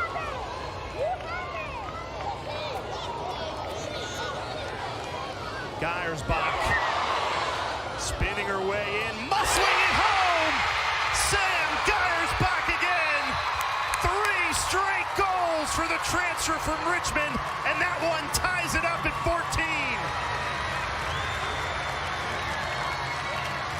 Geiersbach's got the hot hand, and she has delivered. Scoring in multiple different ways. Attacking the cage hard, gets her 33rd goal this season, 4th goal of the day.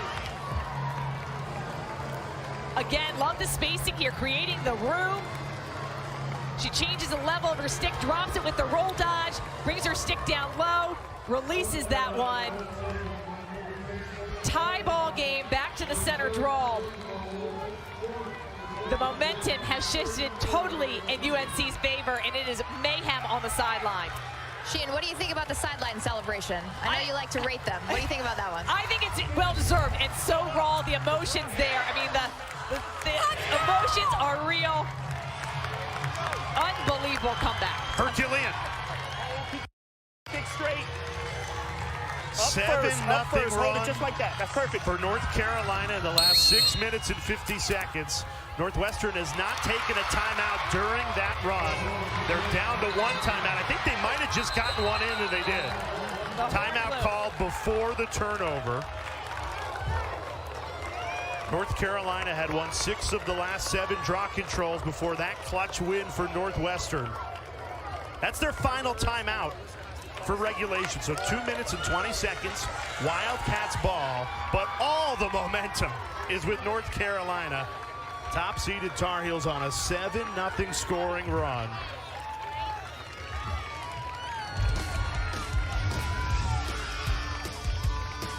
The Tar Heels started this run by dominating on the draw circle. Wurzburger with that score, and Ortega takes it on her own, and Geiersberg has put on a clinic.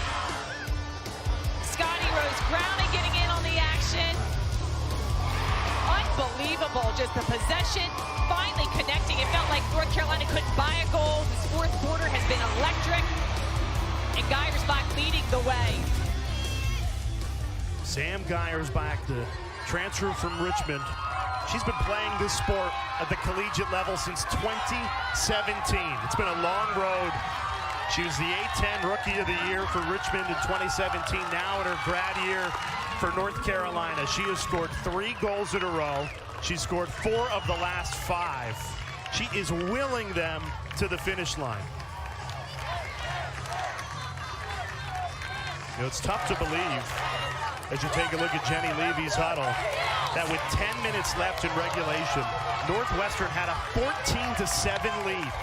With 10 minutes to go, North Carolina has erased it. The belief that they had, and one by one, taking one play at a time, one possession. Feels like Northwestern hasn't had their ball in their offensive end in so long in this 4th quarter. And Sheehan, that was something that Kelly and Monty Hiller said coming out of that huddle. We need the ball, and we have to take care of the ball when it is on our offensive end. We can't get rattled by the UNC defense. We've got to get a score. Don't want to get pinned on the sideline, and they do just that. Carolina, beautiful turnover. Elizabeth Hillman, number 21 in white, has been sensational, coming up with the checks, the ground balls.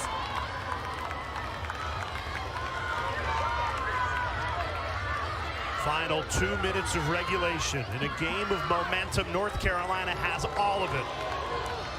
Top-seeded Tar Heels have scored 7 straight goals to tie it at 14.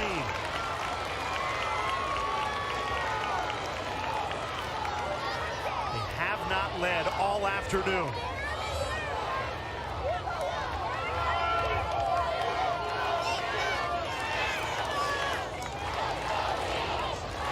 Here's Geiersbach. She scored the last 3 goals for the Tar Heels. Now to Olivia Dirks.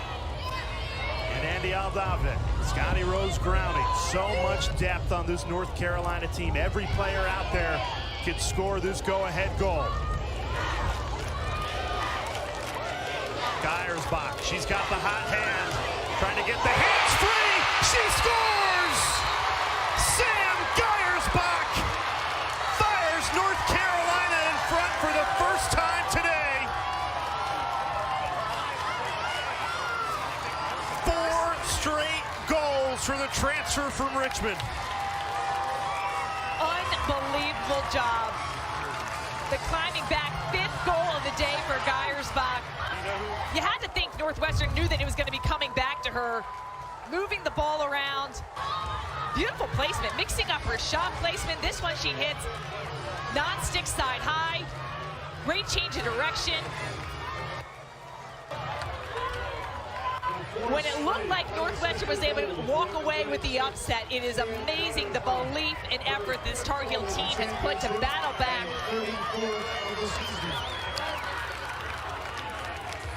Jenny Levy's team trailed by 7 goals with less than 10 minutes to go in the 4th quarter. 8 straight to take the lead on the biggest stage here in Baltimore in the national semifinal.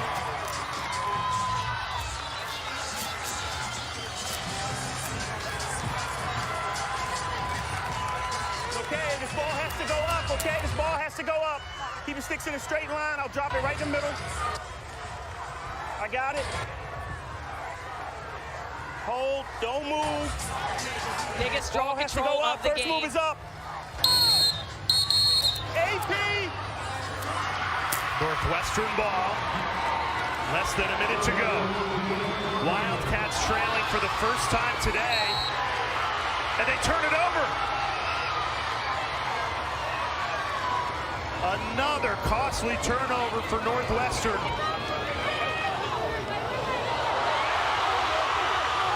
Gilbert has it back.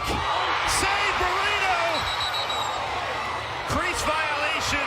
North Carolina ball. Unbelievable save for Taylor Moreno's pulled earlier in the game. Makes the save of the day.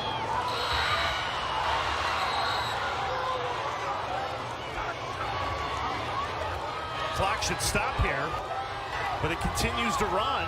Under 10 seconds, Trenchard hit. This will be a yellow card.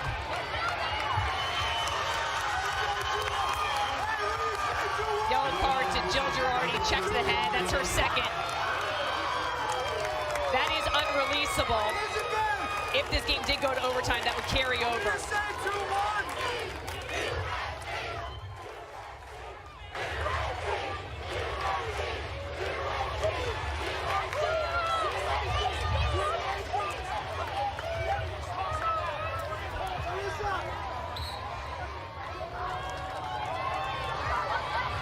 Down 7 goals with 10 minutes left in regulation. The comeback is complete.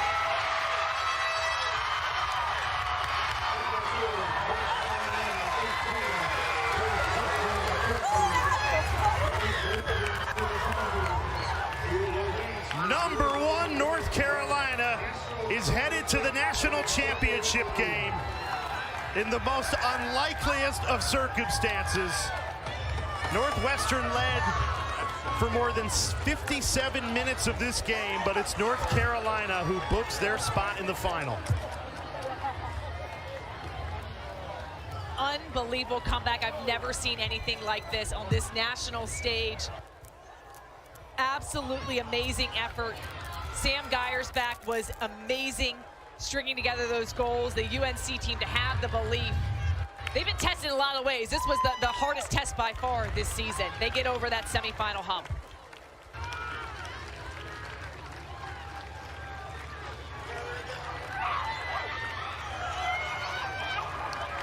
Our player of the game brought to you by Capital One.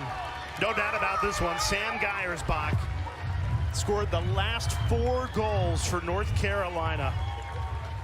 Willed them to the finish line, and for Northwestern it's heartbreak. Led for 57 minutes of this game. Led by 7 goals with 10 minutes left, and now their season is over. What an unbelievable fight this Northwestern team had. Control so much of this game. You got to give credit to North Carolina, but so much of this Northwestern team to be proud of. They had UNC on the ropes, tested them. Madison Doucette, so many great saves, frustrating that Carolina offense. And Lauren Gilbert, what a career.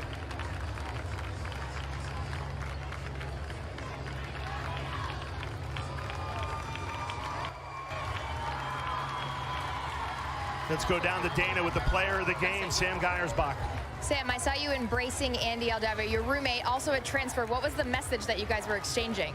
Honestly, my best friend, my roommate, helped me through everything this year and vice versa. So it was kind of just a surreal moment to experience it together. We both have never made it to a Final Four. So to transfer here, to help each other out with everything, have the whole year like with her by my side has been nothing less but meaningful. And I love her so much, so we're just kind of embracing that.